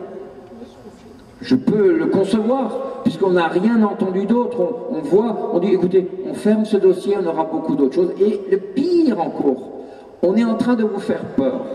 C'est-à-dire que l'association locale dit, attendez, on va avoir d'autres soucis, oh là là là là, le référendum en Suisse, mon Dieu, faites attention, on va devoir se battre, on va devoir aller en Suisse, on va devoir se battre contre les Suisses. Il faut savoir aussi que l'association locale, quand même, a dit, c'est nous, en 95, on est allé en Suisse et on a obtenu le libre choix de l'assurance maladie. C'est pour ça que la Suisse ne nous a pas obligés à prendre. Moi, j'étais avec Madame Dreyfus le même jour que... Mais j'ai pris acte que le gouvernement suisse a décidé. Mais pas parce que nous l'avons demandé, imposé, on s'est battu pour. Mais le gouvernement suisse avait trouvé ça logique, cohérent et normal. Mais je ne me suis pas vanté en disant, je suis allé voir Madame Dreyfus et je lui ai dit que c'est là où, quand on parle de la CSG, mesdames et messieurs, j'ai mis 6 mois pour convaincre la juriste de cette association locale en 1995, 6 mois, pour la convaincre d'arrêter d'écrire aux gens qui doivent payer la CSG parce que le Conseil constitutionnel a estimé que c'était un impôt et qu'en France, il fallait payer, les frontaliers étaient soumis à l'impôt. 6 mois j'ai mis. Nous n'avons pas payé un centime de l'autre côté en Alsace. 6 mois on a mis pour les convaincre. Et heureusement, nous avions à l'époque une coordination de travailleurs frontaliers et nous avons mis nos moyens en commun. Et c'est l'association de la Moselle, des frontaliers de Moselle, qui, mais nous avons payé l'avocat, mais qui a porté plainte. Nous, de notre côté, on avait freiné, on avait simplement freiné tout le processus, parce qu'un recours en justice au niveau européen, c'est très long, mais nous avions simplement répondu. Nous étions les premiers en Alsace, parce qu'en Alsace, on est considéré comme étant très discipliné. Les Alsaciens, jusqu'à présent, on considérait quand l'huissier arrive, vous voyez, il donne encore un pourboire. Et quand il a une amende, vous voyez, il était connu comme ça, parce qu'on avait un peu cette mentalité un petit peu disciplinée. Donc on s'est dit, on prend les Alsaciens en premier, on prend les autres après. Manque de chance, et parce que nous sommes disciplinés, on l'a répondu de la manière suivante à l'époque au gouvernement. Nous avons écrit, messieurs, vous nous demandez de payer la CSG sur 8 jours, sinon il y a saisie de l'huissier. Voilà le papier que nous avions reçu. Si je suis redevable de la CSG, comme vous le dites, veuillez, s'il vous plaît, comme la loi l'indique, encaisser cette CSG auprès de mon employeur, adresse un tel en Suisse. Recommandé avec accès de réception. Et voilà. Pourquoi? Parce que ces petits malins à l'époque avaient bien entendu, n'avaient pas oublié les frontaliers quand il s'agissait de payer la CSG. Donc à l'Assemblée nationale, il y en a toujours un. On dit limite, alors les frontaliers, oui, il faut les mettre dedans, les frontaliers paieront la CSG. Donc ils ont indiqué ça dans le texte. Et puis à un moment donné, entre le moment où on vote, monsieur Accoyer, vous voulez partir, je vous donne la parole 2 minutes. Volontiers. Venez, je vous donne la parole 2 minutes. Non, vous pouvez quand même saluer les gens, je pense que vous êtes le seul élu, je vous remercie d'être venu. Madame Dubin-Muller s'est excusée, c'est la seule élue qui m'a contacté, qui s'est excusée. Il faut savoir que tous les élus ont été informés, vous pouvez en témoigner, tous les élus ont été informés. Merci, je suis désolé, mais j'ai un conseil municipal et je suis pas, c'est pas la porte à côté. Donc, Monsieur le Président, Mesdames, Messieurs, j'ai souhaité venir ici tout simplement parce qu'on ne gagne que les combats que l'on livre. Et il se trouve que sur la pérennisation, la prorogation du droit d'option, j'ai trouvé que le combat qui avait été livré ici, sur le terrain, était en tout cas de la part de ceux dont on attendait qu'ils le livrent, insuffisant. Et je n'en dirai pas plus. Mais je me souviens qu'il y a à peu près 3 ans, un peu plus de 3 ans, les mêmes avaient anticipé le fait que s'il y avait une alternance politique, comme il y en a une en 2012, eh bien, c'en serait fini du droit d'option. Et anticipant cette décision, ils avaient demandé à ce que 3 ans avant, il y ait une prorogation pour 2014, ce qui est tout à fait impossible, parce qu'au Parlement, on vote d'une année sur l'autre les décisions budgétaires pour le budget de l'État et les décisions budgétaires pour le budget de la sécurité sociale. Il y a donc à l'évidence une attitude qui ne me paraît pas conforme à la défense des frontaliers de ce territoire auquel je suis bien entendu particulièrement attaché. Et je ne pense pas que ce combat doive être aujourd'hui abandonné. Le gouvernement, qui est issu des élections de 2012, parfaitement légitime, a pour conviction que le droit d'option n'est pas quelque chose qui soit juste. Il a également pour certitude que les frontaliers sont des privilégiés. Et de parti pris, il a commandé un rapport dont on savait par avance quelles en seraient les conclusions, et de parti pris, il a décidé que c'en serait fini du droit d'option. Il ne faut pas accepter une telle attitude. Elle est injustifiée. La situation, la particularité des frontaliers, la précarité de la situation des frontaliers, cette précarité exacerbée par la votation récente que vous connaissez, cette précarité qui est votre quotidien, les conditions de travail, le droit du travail en Suisse, font que, bien entendu, le droit d'option est totalement et parfaitement légitime. Et c'est cela qu'il faut mettre toujours en avant. Et c'est pour cette raison que nous devons continuer à exiger soit la prorogation, soit si par malheur il commence à entrer dans le système de la CMU, c'est-à-dire que le décret paraît et qu'à ce moment-là les choses s'enclenchent, il faudra demander le retour de ce droit d'option. Et voilà une raison supplémentaire que je voudrais à cet instant vous préciser. Les caisses de sécurité sociale sont incapables d'immatriculer 70 000 familles en quelques mois. Le système de soins français, de ce côté-ci de la frontière, n'a pas les capacités d'absorber la totalité de ce qu'on va lui demander d'absorber. Les soins qui sont en cours de l'autre côté de la frontière vont poser des problèmes inextricables en termes d'évaluation, d'indemnisation, de paiement, de contrôle médical. Bref, la situation faite en termes de prise en charge effective par une assurance maladie, fût-elle obligatoire en France ou fût-elle contractée librement avec une assurance privée, la situation qu'on est en train de préparer, qui va s'ouvrir dans quelques semaines, peut-être hélas, sera inextricable et portera un tort considérable aux frontaliers. Et c'est pour cette raison qu'il faut continuer ce combat, que vous devez effectivement disposer d'un fichier qui vous permette de communiquer entre vous, que vous devez demander à vos élus, dont je suis, de continuer le combat, et ils l'ont fait, les parlementaires de cette région, Madame Muller l'a fait, je l'ai fait, nous n'étions pas seuls, il y avait les autres parlementaires de la Haute-Savoie. Jamais je ne me résoudrai à accepter cette situation. Alors je ne vais pas, comme vous l'avez dit, m'attirer, quelles que soient les échéances sur la création, l'ouverture, la progression du droit d'option. Croyez bien que nous y avons tous participé et que j'y ai participé, je n'en donnerai pas le détail. Je ne vais pas revenir sur la fiscalité du deuxième pilier du système d'assurance vieillesse des frontaliers. Tout ça, c'est d'autres combats, peu importe ceux qui les ont menés et qui les ont gagnés, mais celui du droit d'option, le combat du droit d'option, de sa prorogation ou de son retour, c'est un combat que vous devez mener ensemble, en travaillant ensemble, en échangeant ensemble des adresses mail et des adresses, C'est la mobilisation qui, dans tous les combats, permet la victoire. Merci, M. Accoyer. M. Accoyer, j'ai proposé à Mme Genevard de rencontrer les 32 élus à Paris, UMP, de ce groupe d'élus, puisqu'il y a un groupe d'élus UMP, ils sont 32. J'ai proposé de les rencontrer de façon à ce qu'on puisse faire un tour de table concernant les problèmes. Ne mêlez pas la politique. Ne mêlez pas la politique. J'assume mes idées politiques, je suis un élu politique, c'est comme ça. Mais en réalité, c'est un combat social. C'est un combat, il est inacceptable que des élus qui se prétendent de gauche vous traitent de cette façon. Ce n'est pas comme ça que l'on défend les droits fondamentaux des citoyens.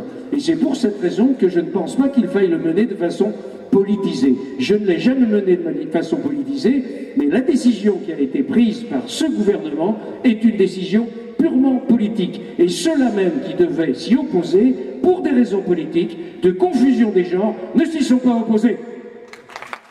Non, excusez-moi, je ne veux en aucun cas politiser, puisque vous le savez, et je suis connu pour cela, je ne suis ni de droite, ni de gauche, ni d'aucune appartenance politique que ce soit, mais le hasard veut que ce soit uniquement les députés UMP qui, hélas, nous ont proposé leur aide. Donc je ne peux pas citer d'autres groupes, puisqu'il n'en existe aucun.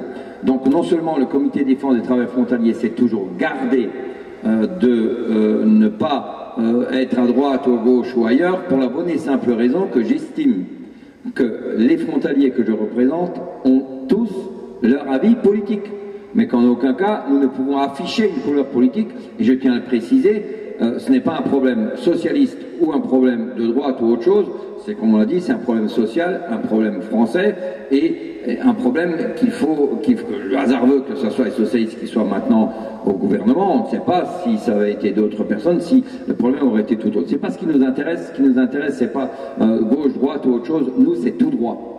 Moi, ce que j'estime la meilleure politique, c'est celle du bon sens. Aller à droite et à gauche, on n'avance pas. Moi, j'ai jamais vu même dans les bouchons, en allant à droite et à gauche, je peux pas avancer. Je reste dans le bon sens et c'est ce qu'il y a de mieux à faire. Et même si on avance plus lentement, mais très certainement, sûrement. Donc, je vais terminer parce que vous devez rentrer. Il y a moins de bouchons à cette heure-ci. C'est un avantage, mais vous avez froid, je pense, en étant assis comme ça et bloqué. Il n'y a pas de chauffage dans cette salle et il fait relativement frais. Moi, je vais juste terminer en indiquant, Monsieur Accoyer l'a précisé, le combat doit se mener, mais il ne pourra pas se mener sans qu'on passe par le Parlement. Pour la bonne et simple raison que c'est à travers le Parlement. Et le gouvernement craint de passer par le Parlement. Le gouvernement m'a dit textuellement, monsieur, si vous passez par le Parlement, vous risquez de payer plus cher que ce que nous vous demandons maintenant. Vous risquez de payer 12,8%, à savoir la part salariale et la part patronale. Sauf, mesdames et messieurs, et j'attends que ça, j'attends, sauf que, d'une part, l'assurance maladie des frontaliers et l'assurance maladie française, c'est comme le Canada Dry, ça n'a aucun rapport avec l'alcool ou autre chose. Voilà. Pourquoi? L'assurance maladie des frontaliers couvre la grossesse, la maladie, les soins qui sont liés à cette situation. En France, l'assurance dite de maladie couvre la grossesse et la maladie, mais couvre aussi l'indemnité journalière, couvre l'accident de travail, l'accident hors travail, la maladie professionnelle, l'invalidité, le congé maternel, le congé parental. Voilà ce que représente l'assurance maladie dans son ensemble. Aucun rapport, il n'y a vraiment aucun rapport avec notre assurance maladie à nous. Donc ceux qui s'obstinent, et ils le font bien, c'est là que nous avons un grand problème, nous, travailleurs frontaliers, surtout ceux qui sont en Suisse, on est mis au pilori là. Mais taisez-vous, vous avez vu ce que vous gagnez? Vous n'avez pas honte? Il faut payer. Ils divisent, mais en divisant, ils n'informent pas les gens. Ils font des comparaisons qui n'ont aucun lieu d'être ni d'exister. On oublie de préciser cela. On ne parle surtout pas de la CFE. Jamais. Aucun média, jamais. Jamais vous verrez dans le journal le scandale de la CFE. Je l'ai jamais vu et vous le verrez sûrement jamais. Pourquoi? Parce qu'il ne faut pas caresser contre le sens du poil un potentiel de 2 700 000 électeurs. C'est tout. Les gens à l'étranger, on les soigne. Voilà.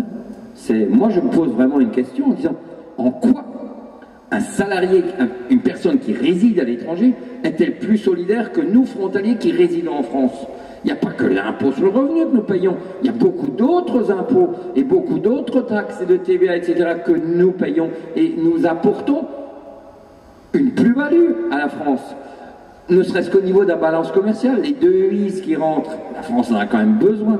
Et je crois que jusqu'à présent, sans arrêt, quand il s'agit de nous donner un avantage, on est considéré comme Suisse. Quand il s'agit Quand il s'agit de nous faire passer à la caisse, on est français à 200%. Je ne veux pas revenir sur l'exemple des heures supplémentaires. J'étais le seul et l'unique de toute la France, de représentants frontaliers, à me battre pour obtenir la défiscalisation des heures supplémentaires. Non pas pour les 35 heures. J'ai fait pour les 35 heures. J'ai visé les 35 heures. J'en ai eu 40. Alors on me dit, ouais, mais... Ouais. J'ai vu simplement que quand je me battais, même mes frontaliers là-bas, oh, monsieur Joannec, ouais, bon, finalement, on a signé pour 42 heures. Et quand j'ai eu les 40 heures, ceux qui m'ont critiqué étaient les premiers à venir en disant, dis donc, comment on calcule? Sauf que le président sur place ici, quant à Bercy, il n'était jamais présent, il n'a jamais revendiqué. Quand je lui ai dit, dis donc, quand même, j'ai gagné une belle bataille là pour tes frontaliers aussi. Bon, on va avoir un sacré boulot avec tout ça à leur expliquer. Voilà la réponse, mesdames et messieurs. Voilà la réponse. Oh, tu vas nous faire un sacré travail. Voilà les réponses qui sont obtenues. Ah, vous êtes là. Quand je me suis battu face à Bercy, lors de la réunion au mois de janvier, on était 3 associations. Moi, l'association du Jura et l'association locale. Et l'association locale, la première chose qu'elle a demandé, elle dit, nous voulons que les frontaliers qui actuellement sont soignés en Suisse puissent continuer à se faire soigner en Suisse. Donc nous voulons des garanties, parce que c'est important. Bien sûr, tout à fait. Mais ça veut dire quoi? Ça veut dire qu'on rentre purement et simplement dans le processus de la CMU dès le départ. Alors qu'on était devant la porte, on entend dire on va se battre. Moi je pensais pas. Oui, il faudrait nous donner les garanties écrites. Hein. Très bien. Alors là, vous êtes un peu paf, quoi. Et puis le monsieur à côté du Jura, bon comme le pain, est gentil et très motivé. Lui, il a dit, voilà, moi, vous savez, notre association, c'est une assurance et on va perdre des emplois. Bon, c'était pas le sujet, c'est une réalité, il le vit comme tel. Mais c'était pas le sujet. Donc je me suis mis et je leur ai donné tous les arguments. Et j'ai découvert, par un mail qui m'est arrivé, qu'un vice-président de l'association locale avait écrit le PIT, alors qu'il n'est pas intervenu. Ah non, il a écrit pas, il était à côté de moi, il n'est pas intervenu. Et puis c'est ensuite à la réunion de Madame Marisol Touraine que j'ai encore, face à la ministre, que je lui ai encore donné tous mes arguments. Et vous pouvez lire d'ailleurs le protocole sur le mot du frontalier. Et c'est donc après ça on m'envoie un mail sur lequel il est indiqué, alors qu'il n'était pas présent ce monsieur, le pitre du CDTF nous a fait perdre du temps parce qu'il n'a pas compris qu'il fallait enterrer l'assurance maladie privée des frontaliers.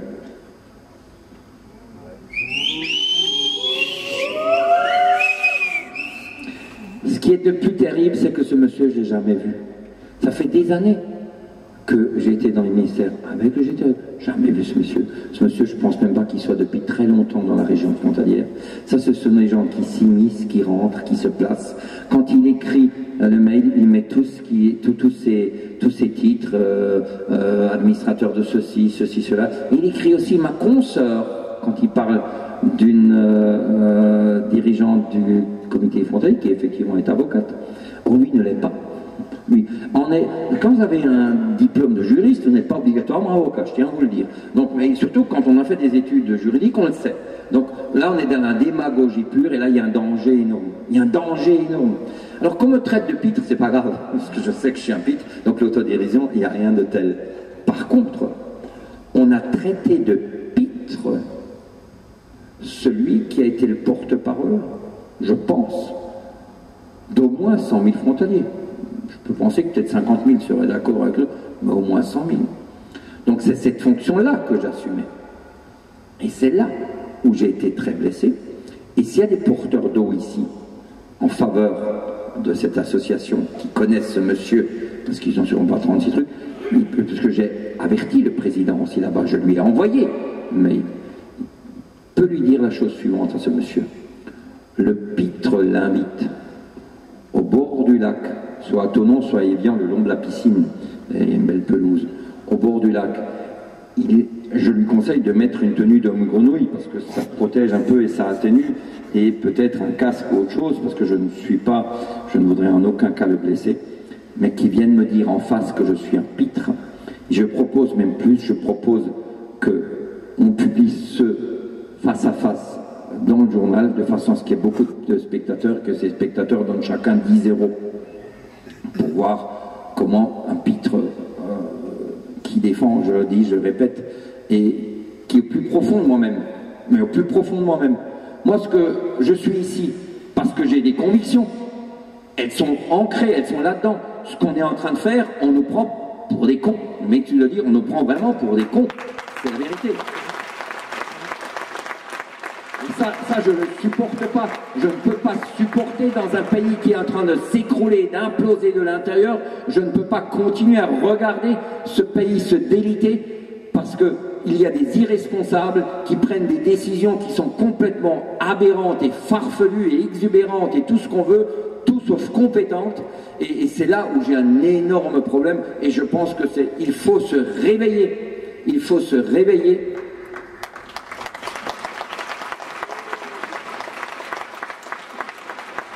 Je compte sur vous.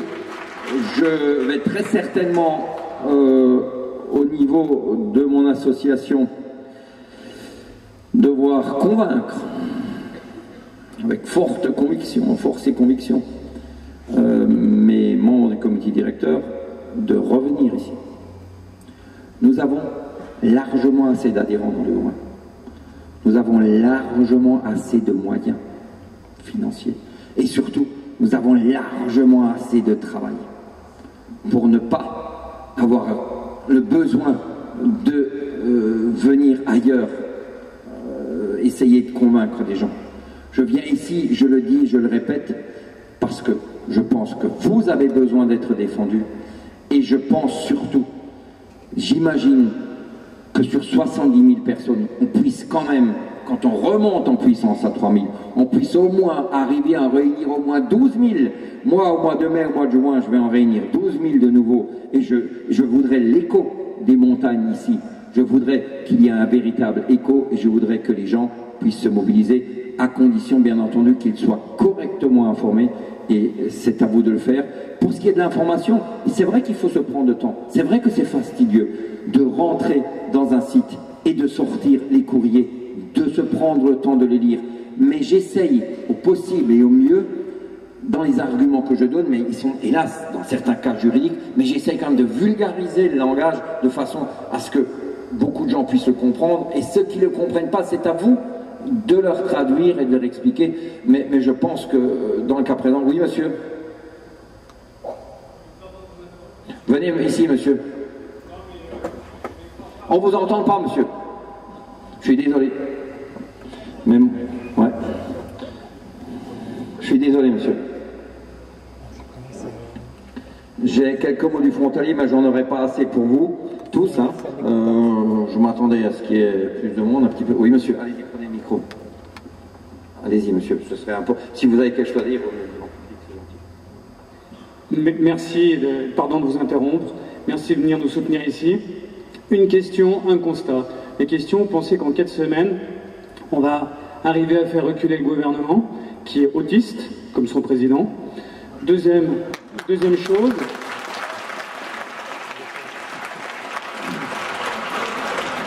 et je ne fais pas de politique, hein, gauche-droite, comme on a dit, ici il y a un seul combat, c'est nos intérêts, pour nos familles. Deuxième chose, le constat, dommage que M. Accoyer ait fui comme ça, même s'il avait un conseiller municipal. J'ai juste une impression qu'on ne les entend pas beaucoup, nos élus. Alors ils bossent certainement, ils sont débordés, etc. Mais les élus, que ce soit parlementaires ou les autres élus, la région et nous soutenir, J'ai pas l'impression que ça fasse partie de leurs priorités, ils en ont certainement beaucoup, mais je suis juste un peu déçu. Alors après, c'est la loi du plus grand nombre à Paris, c'est sûr, pour les parlementaires. Quelques parlementaires parmi la nuée, certainement, les groupes, on n'en a rien à foutre, le gouvernement, pareil. Donc je crains qu'effectivement une action parlementaire, mais je peux me tromper, j'espère, ne serve pas à grand chose aujourd'hui. Voilà, merci. Donc je vais vous répondre. Effectivement, il y a à mon avis très peu d'élus dans cette salle, mais moi j'ai constaté une chose, c'est que bien entendu les élus de la majorité, eux ils bougent pas, hein, c'est normal, on comprend.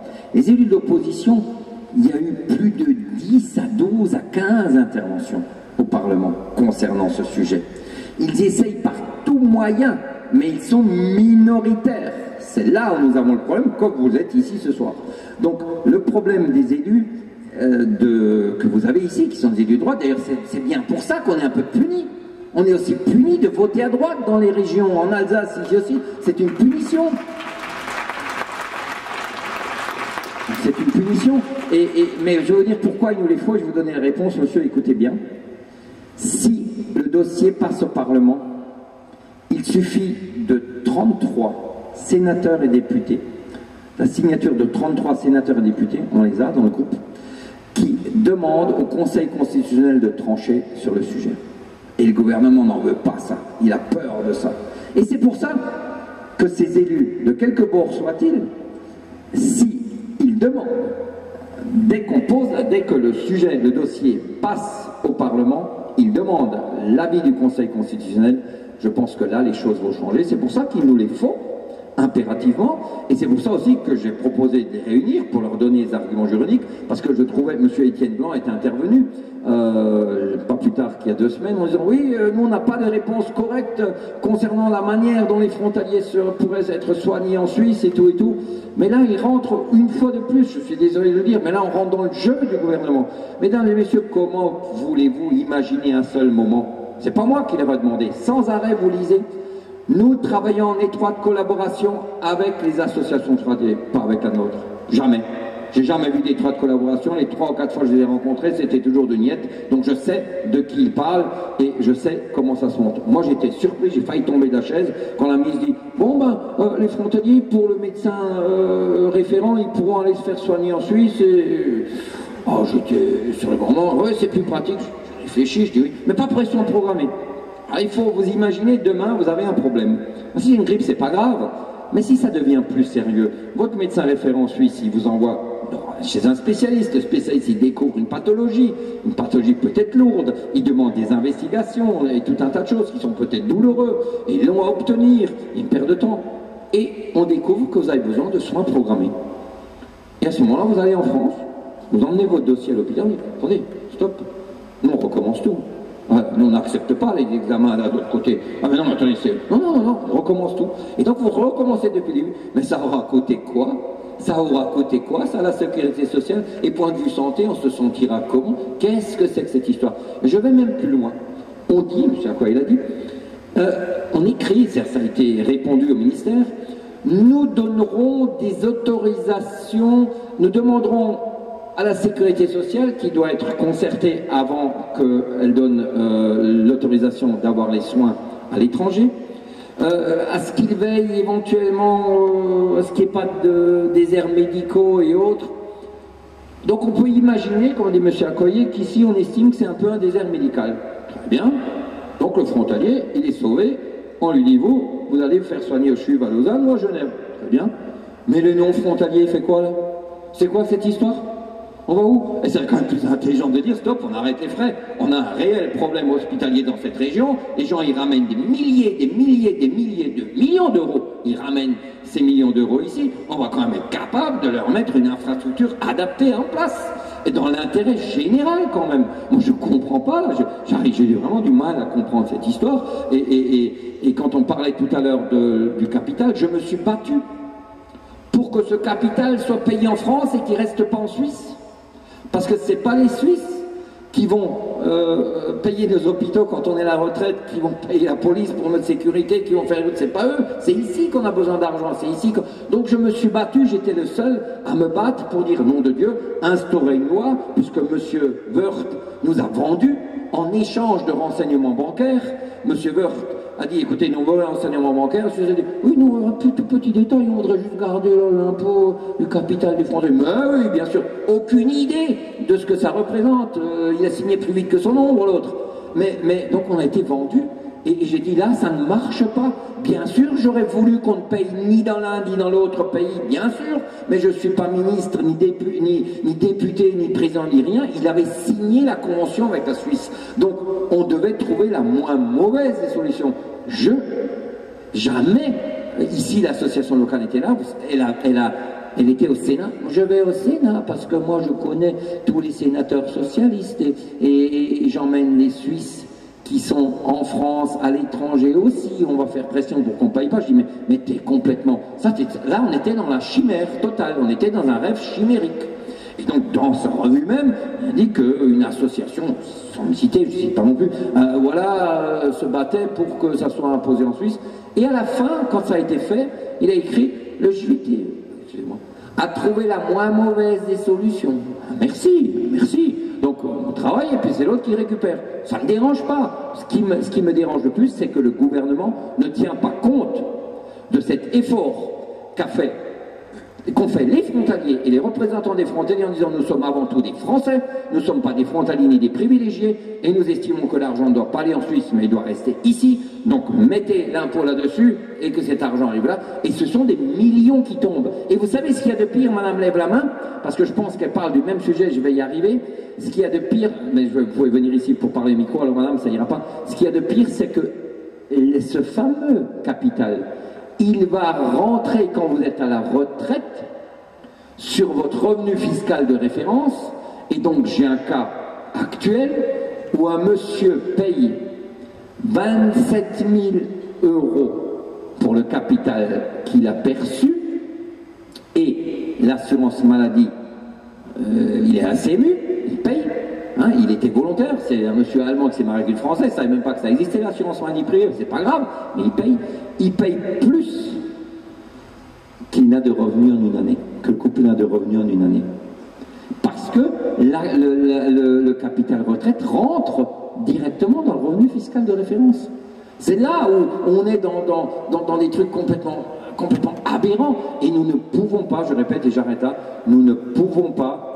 Je prêche à des convaincus, comme ça vous ne seriez pas dans le froid assis comme ça à m'écouter. Donc j'arrête de prêcher à des convaincus, je dis simplement une chose puisqu'on parle de prêcher. Moi j'ai horreur d'une chose, c'est les gens qui prêchent,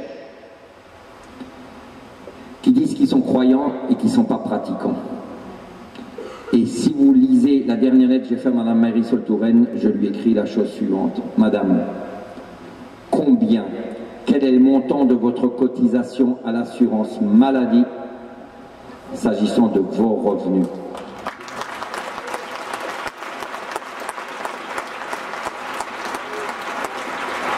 Madame, dites-nous combien l'État verse pour vous à la sécurité sociale pour votre couverture maladie, dont vous bénéficiez largement. J'attends encore sa réponse. C'est ça qui me fait, mais vraiment, je suis désolé, mais ça me fait hurler, quoi. C'est pas pensable. Ils sont même pas capables, ils sont tout à fait capables de se voter 10% de plus de revenus ou 15, mais même pas, ou du chômage pendant 7 ans, ou je sais pas. Mais ils sont même pas capables de dire, oh, 0,74%. Ouais, comme les salariés en France, on va quand même. Non, c'est encore 0,74 de trop. Et c'est là, il n'y a pas de clivage. Hein. Ah là, ça n'existe pas. Hein. C'est pour ça que je suis là, il n'y a pas de problème, il n'y a pas de gauche et droite. Là, ils sont toujours d'accord sur des points comme ça, il n'y a pas de problème. Hein. Ils sont tous d'accord, même FN et tout le monde est d'accord. Hein. C'est là où je dis, quand même, et dans ce pays, il y a quelque chose qui ne va plus, on est en train de marcher sur la tête. Il y a Sardou de Chantel, on n'est quand même pas, maintenant on n'est même pas 60 millions d'abrutis. Pourquoi il faut toujours prendre des mêmes? C'est un problème aussi. C'est pas un reproche à ceux qui sont là, mais la question se pose. Vous savez pourquoi? Parce que nous n'avons plus un système de démocratie, mais nous avons un système de démocrature. Il vous est totalement impossible, si vous n'êtes pas au départ dans un parti politique, il vous est impossible d'être élu. Et vous savez où commence l'élection? Elle commence ici, au niveau local. quand vous êtes dans un parti politique ici, c'est pour ça que quand je vais inciter les frontières à faire, quand vous êtes dans un parti politique ici, les statuts du parti stipulent que c'est vous qui désignez le représentant du parti local pour les élections locales, et au bout de 3 ans, vous pouvez voter pour les élections nationales. Et combien de gens sont dans les partis politiques localement, réellement, ils cotisent. Et on entraîne des gens là-dedans qui sont pour certains, hélas, un peu, voilà, ils sont gentils, hein. Ils disent, oui, ils sont gentils, et oui, et puis d'autres sont intéressés. Et c'est avec ça qu'on arrive petit à petit à faire une émulsion qui nous monte la mayonnaise et qui fait qu'il est totalement impossible, essayez, je me suis déjà présenté, mais pas du tout, et pas pour faire de la politique, je voulais en aucun cas être élu, je voulais simplement les pincer, et j'y suis arrivé. La première fois j'ai fait 15% législative. La première fois je me suis présenté comme indépendant, et la deuxième fois comme non dépendant. Voilà. Mais tous les gens qui ont voté pour moi ont empêché les partis politiques de prendre de l'argent, puisque pour chaque fois ils touchent tant d'euros. Chez moi ils n'ont rien touché, mais ça n'a passé nulle part. C'était toujours ça de prix, mais ça a permis à quelque part aussi, ça m'a permis à moi de prouver ce que m'avait dit un élu sur place, je peux donner son nom, M. Bocal, il me disait, les frontaliers c'est tous des fachos. J'étais très choqué. J'ai dit, monsieur, vous confondez les fâchés et les fachos, c'est pas la même chose. C'est pas pareil. Et après, j'ai dû lui prouver quand même que même si je me présentais et que j'avais espéré quand même les voix des frontaliers, j'en ai eu, eh ben, les fachos avaient cité lui, moi je n'ai pas cité, et les voix n'ont pas baissé, donc c'est quand même pas les frontaliers qui essentiellement ont voté dans ce sens, et je crois que c'est ce qui m'a aussi permis petit à petit à convaincre beaucoup de monde, puisque je les ai rencontrés, à convaincre des élus, à être crédibles. Et je termine, l'association ici a écrit, nous allons travailler en étroite collaboration avec l'association des frontaliers alsaciens. Point numéro 1. Point numéro 2, nous avons demandé un rendez-vous à l'Élysée. Je prends mon téléphone, je téléphone, je dis écoute, tu as demandé un rendez-vous à l'Élysée, donc je viens avec. Ah non. Je dis mais attends, tu dis point numéro 1, tu travailles avec l'association, point numéro... Non, mais parce que tu sais, nous avons quand même de bonnes relations au sein de l'Élysée, donc il faut qu'on les garde, il faut qu'on les soigne. Voilà, mesdames et messieurs, le grand problème qui se pose, c'est que moi je ne suis pas du tout fâché que des gens aient de bonnes relations, même jusqu'à l'Élysée, mais au moins qu'elles servent aux gens qu'ils sont censés servir.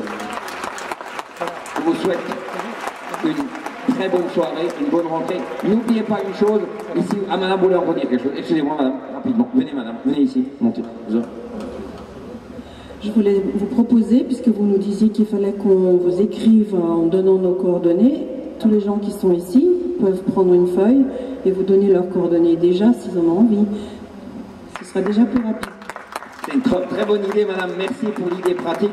Sauf que je pense que les gens ont froid. Je pense que ça sera plus simple pour eux et plus facile. Simplement pour aussi nous envoyer une copie de n'importe quoi ou vous découpez, ton adresse est déjà dessus, tout vous imprimez. C'est gentil, madame, c'est gentil. Mais une fois de plus, je veux voir si les gens sont vraiment motivés. La personne motivée rentre à la maison, elle prend son enveloppe, elle prend son timbre, elle la met dans la boîte aux lettres. Celui qui en cours de route devient moins motivé, entre le moment où il a mis ici, c'est pas celui-là qui nous amènera les 10. Mais je dis 10, amenez-en 20, amenez-en 30. Il va falloir aussi qu'on vous donne... Et il va falloir aussi qu'on vous donne des affiches peut-être à afficher un peu partout. Il va falloir peut-être qu'on demande l'aide aux élus ici pour que les mairies et autres éventuellement donne un petit coup de main non pas à organiser, je répète, non pas à organiser une manifestation à déranger tout le monde. On peut prendre l'aérodrome, on peut aller à l'aérodrome sans déranger personne. Ce qui est important, c'est d'informer et que l'écho et que le gouvernement voie que ici, dans l'un et la Haute-Savoie, parce qu'autrement, nous, on est en minorité, mesdames et messieurs. À 12 000, nous sommes en minorité. On est en minorité absolue, ça sert à rien. Et donc, je pense pas, je répète, je prêche à des convaincus, mais allez-y, secouez-moi le cocotier, et ensuite, voilà. Merci, mesdames et messieurs. Mais moi, je vous garantis une chose. Le comité de défense des travailleurs frontaliers, grâce à l'aide d'adhérents et aux dons que nous avons reçus, nous avons les moyens juridiques d'aller jusqu'au bout de nos démarches. Nous avons 5 avocats qui travaillent sur le dossier, il y a 3 avocats qui travaillent sur le même dossier, tous les 3 savent que nous avons mandaté, aucun des 3 ne se concerte. Pourquoi? Non pas pour les diviser, non pas pour les trucs, mais c'est comme dans une maladie très grave, il vaut mieux prendre 3 avis différents et peut-être pour mieux avoir le meilleur diagnostic ou avoir un meilleur résultat. Donc nous nous donnons les moyens de défendre ce dossier. Hélas, nous n'aurons pas gain de cause au 1er juin, mais le 1er juin, celui qui est obligé de rentrer à la sécurité sociale peut venir chez nous en tant qu'adhérent, nous lui paierons l'avocat, il refuse l'entrée à la sécurité sociale, il restera sur la maladie, on se débrouillera et on va jusqu'au bout de la procédure et on verra, parce que nous avons aussi le droit, si on porte plainte, d'aller au Conseil constitutionnel sans passer par le Parlement. Mais il faut d'abord porter plainte et je vous dis et je répète, sachez-le, nous ne lâcherons pas le morceau et contrairement à ce qui est écrit ici, nous ne fermons pas la porte pour faire autre chose parce que je suis absolument désolé, mais le risque est énorme. Demain, le contingentement, il est réglé. Si on ne met l'assurance maladie des frontaliers, la plupart, beaucoup de nouveaux frontaliers vont être écœurés, ils vont même pas aller chercher le travail là où ils se trouvent. Et je crois que le contingentement, il se fera naturellement. Et donc, on est dans une aberration. Et c'est un dossier important, urgent. Il ne s'agit pas simplement d'un problème d'argent, mais il s'agit d'un problème social, il s'agit d'un problème médical, il s'agit d'un problème d'avenir. Il s'agit, qu'est-ce qu'on va faire quand les gens, ils pourront plus, que vont faire les banques qui actuellement ne nous aident pas, quand les gens, ils pourront plus faire face à leurs dépenses, à choisir entre l'assurance maladie complémentaire.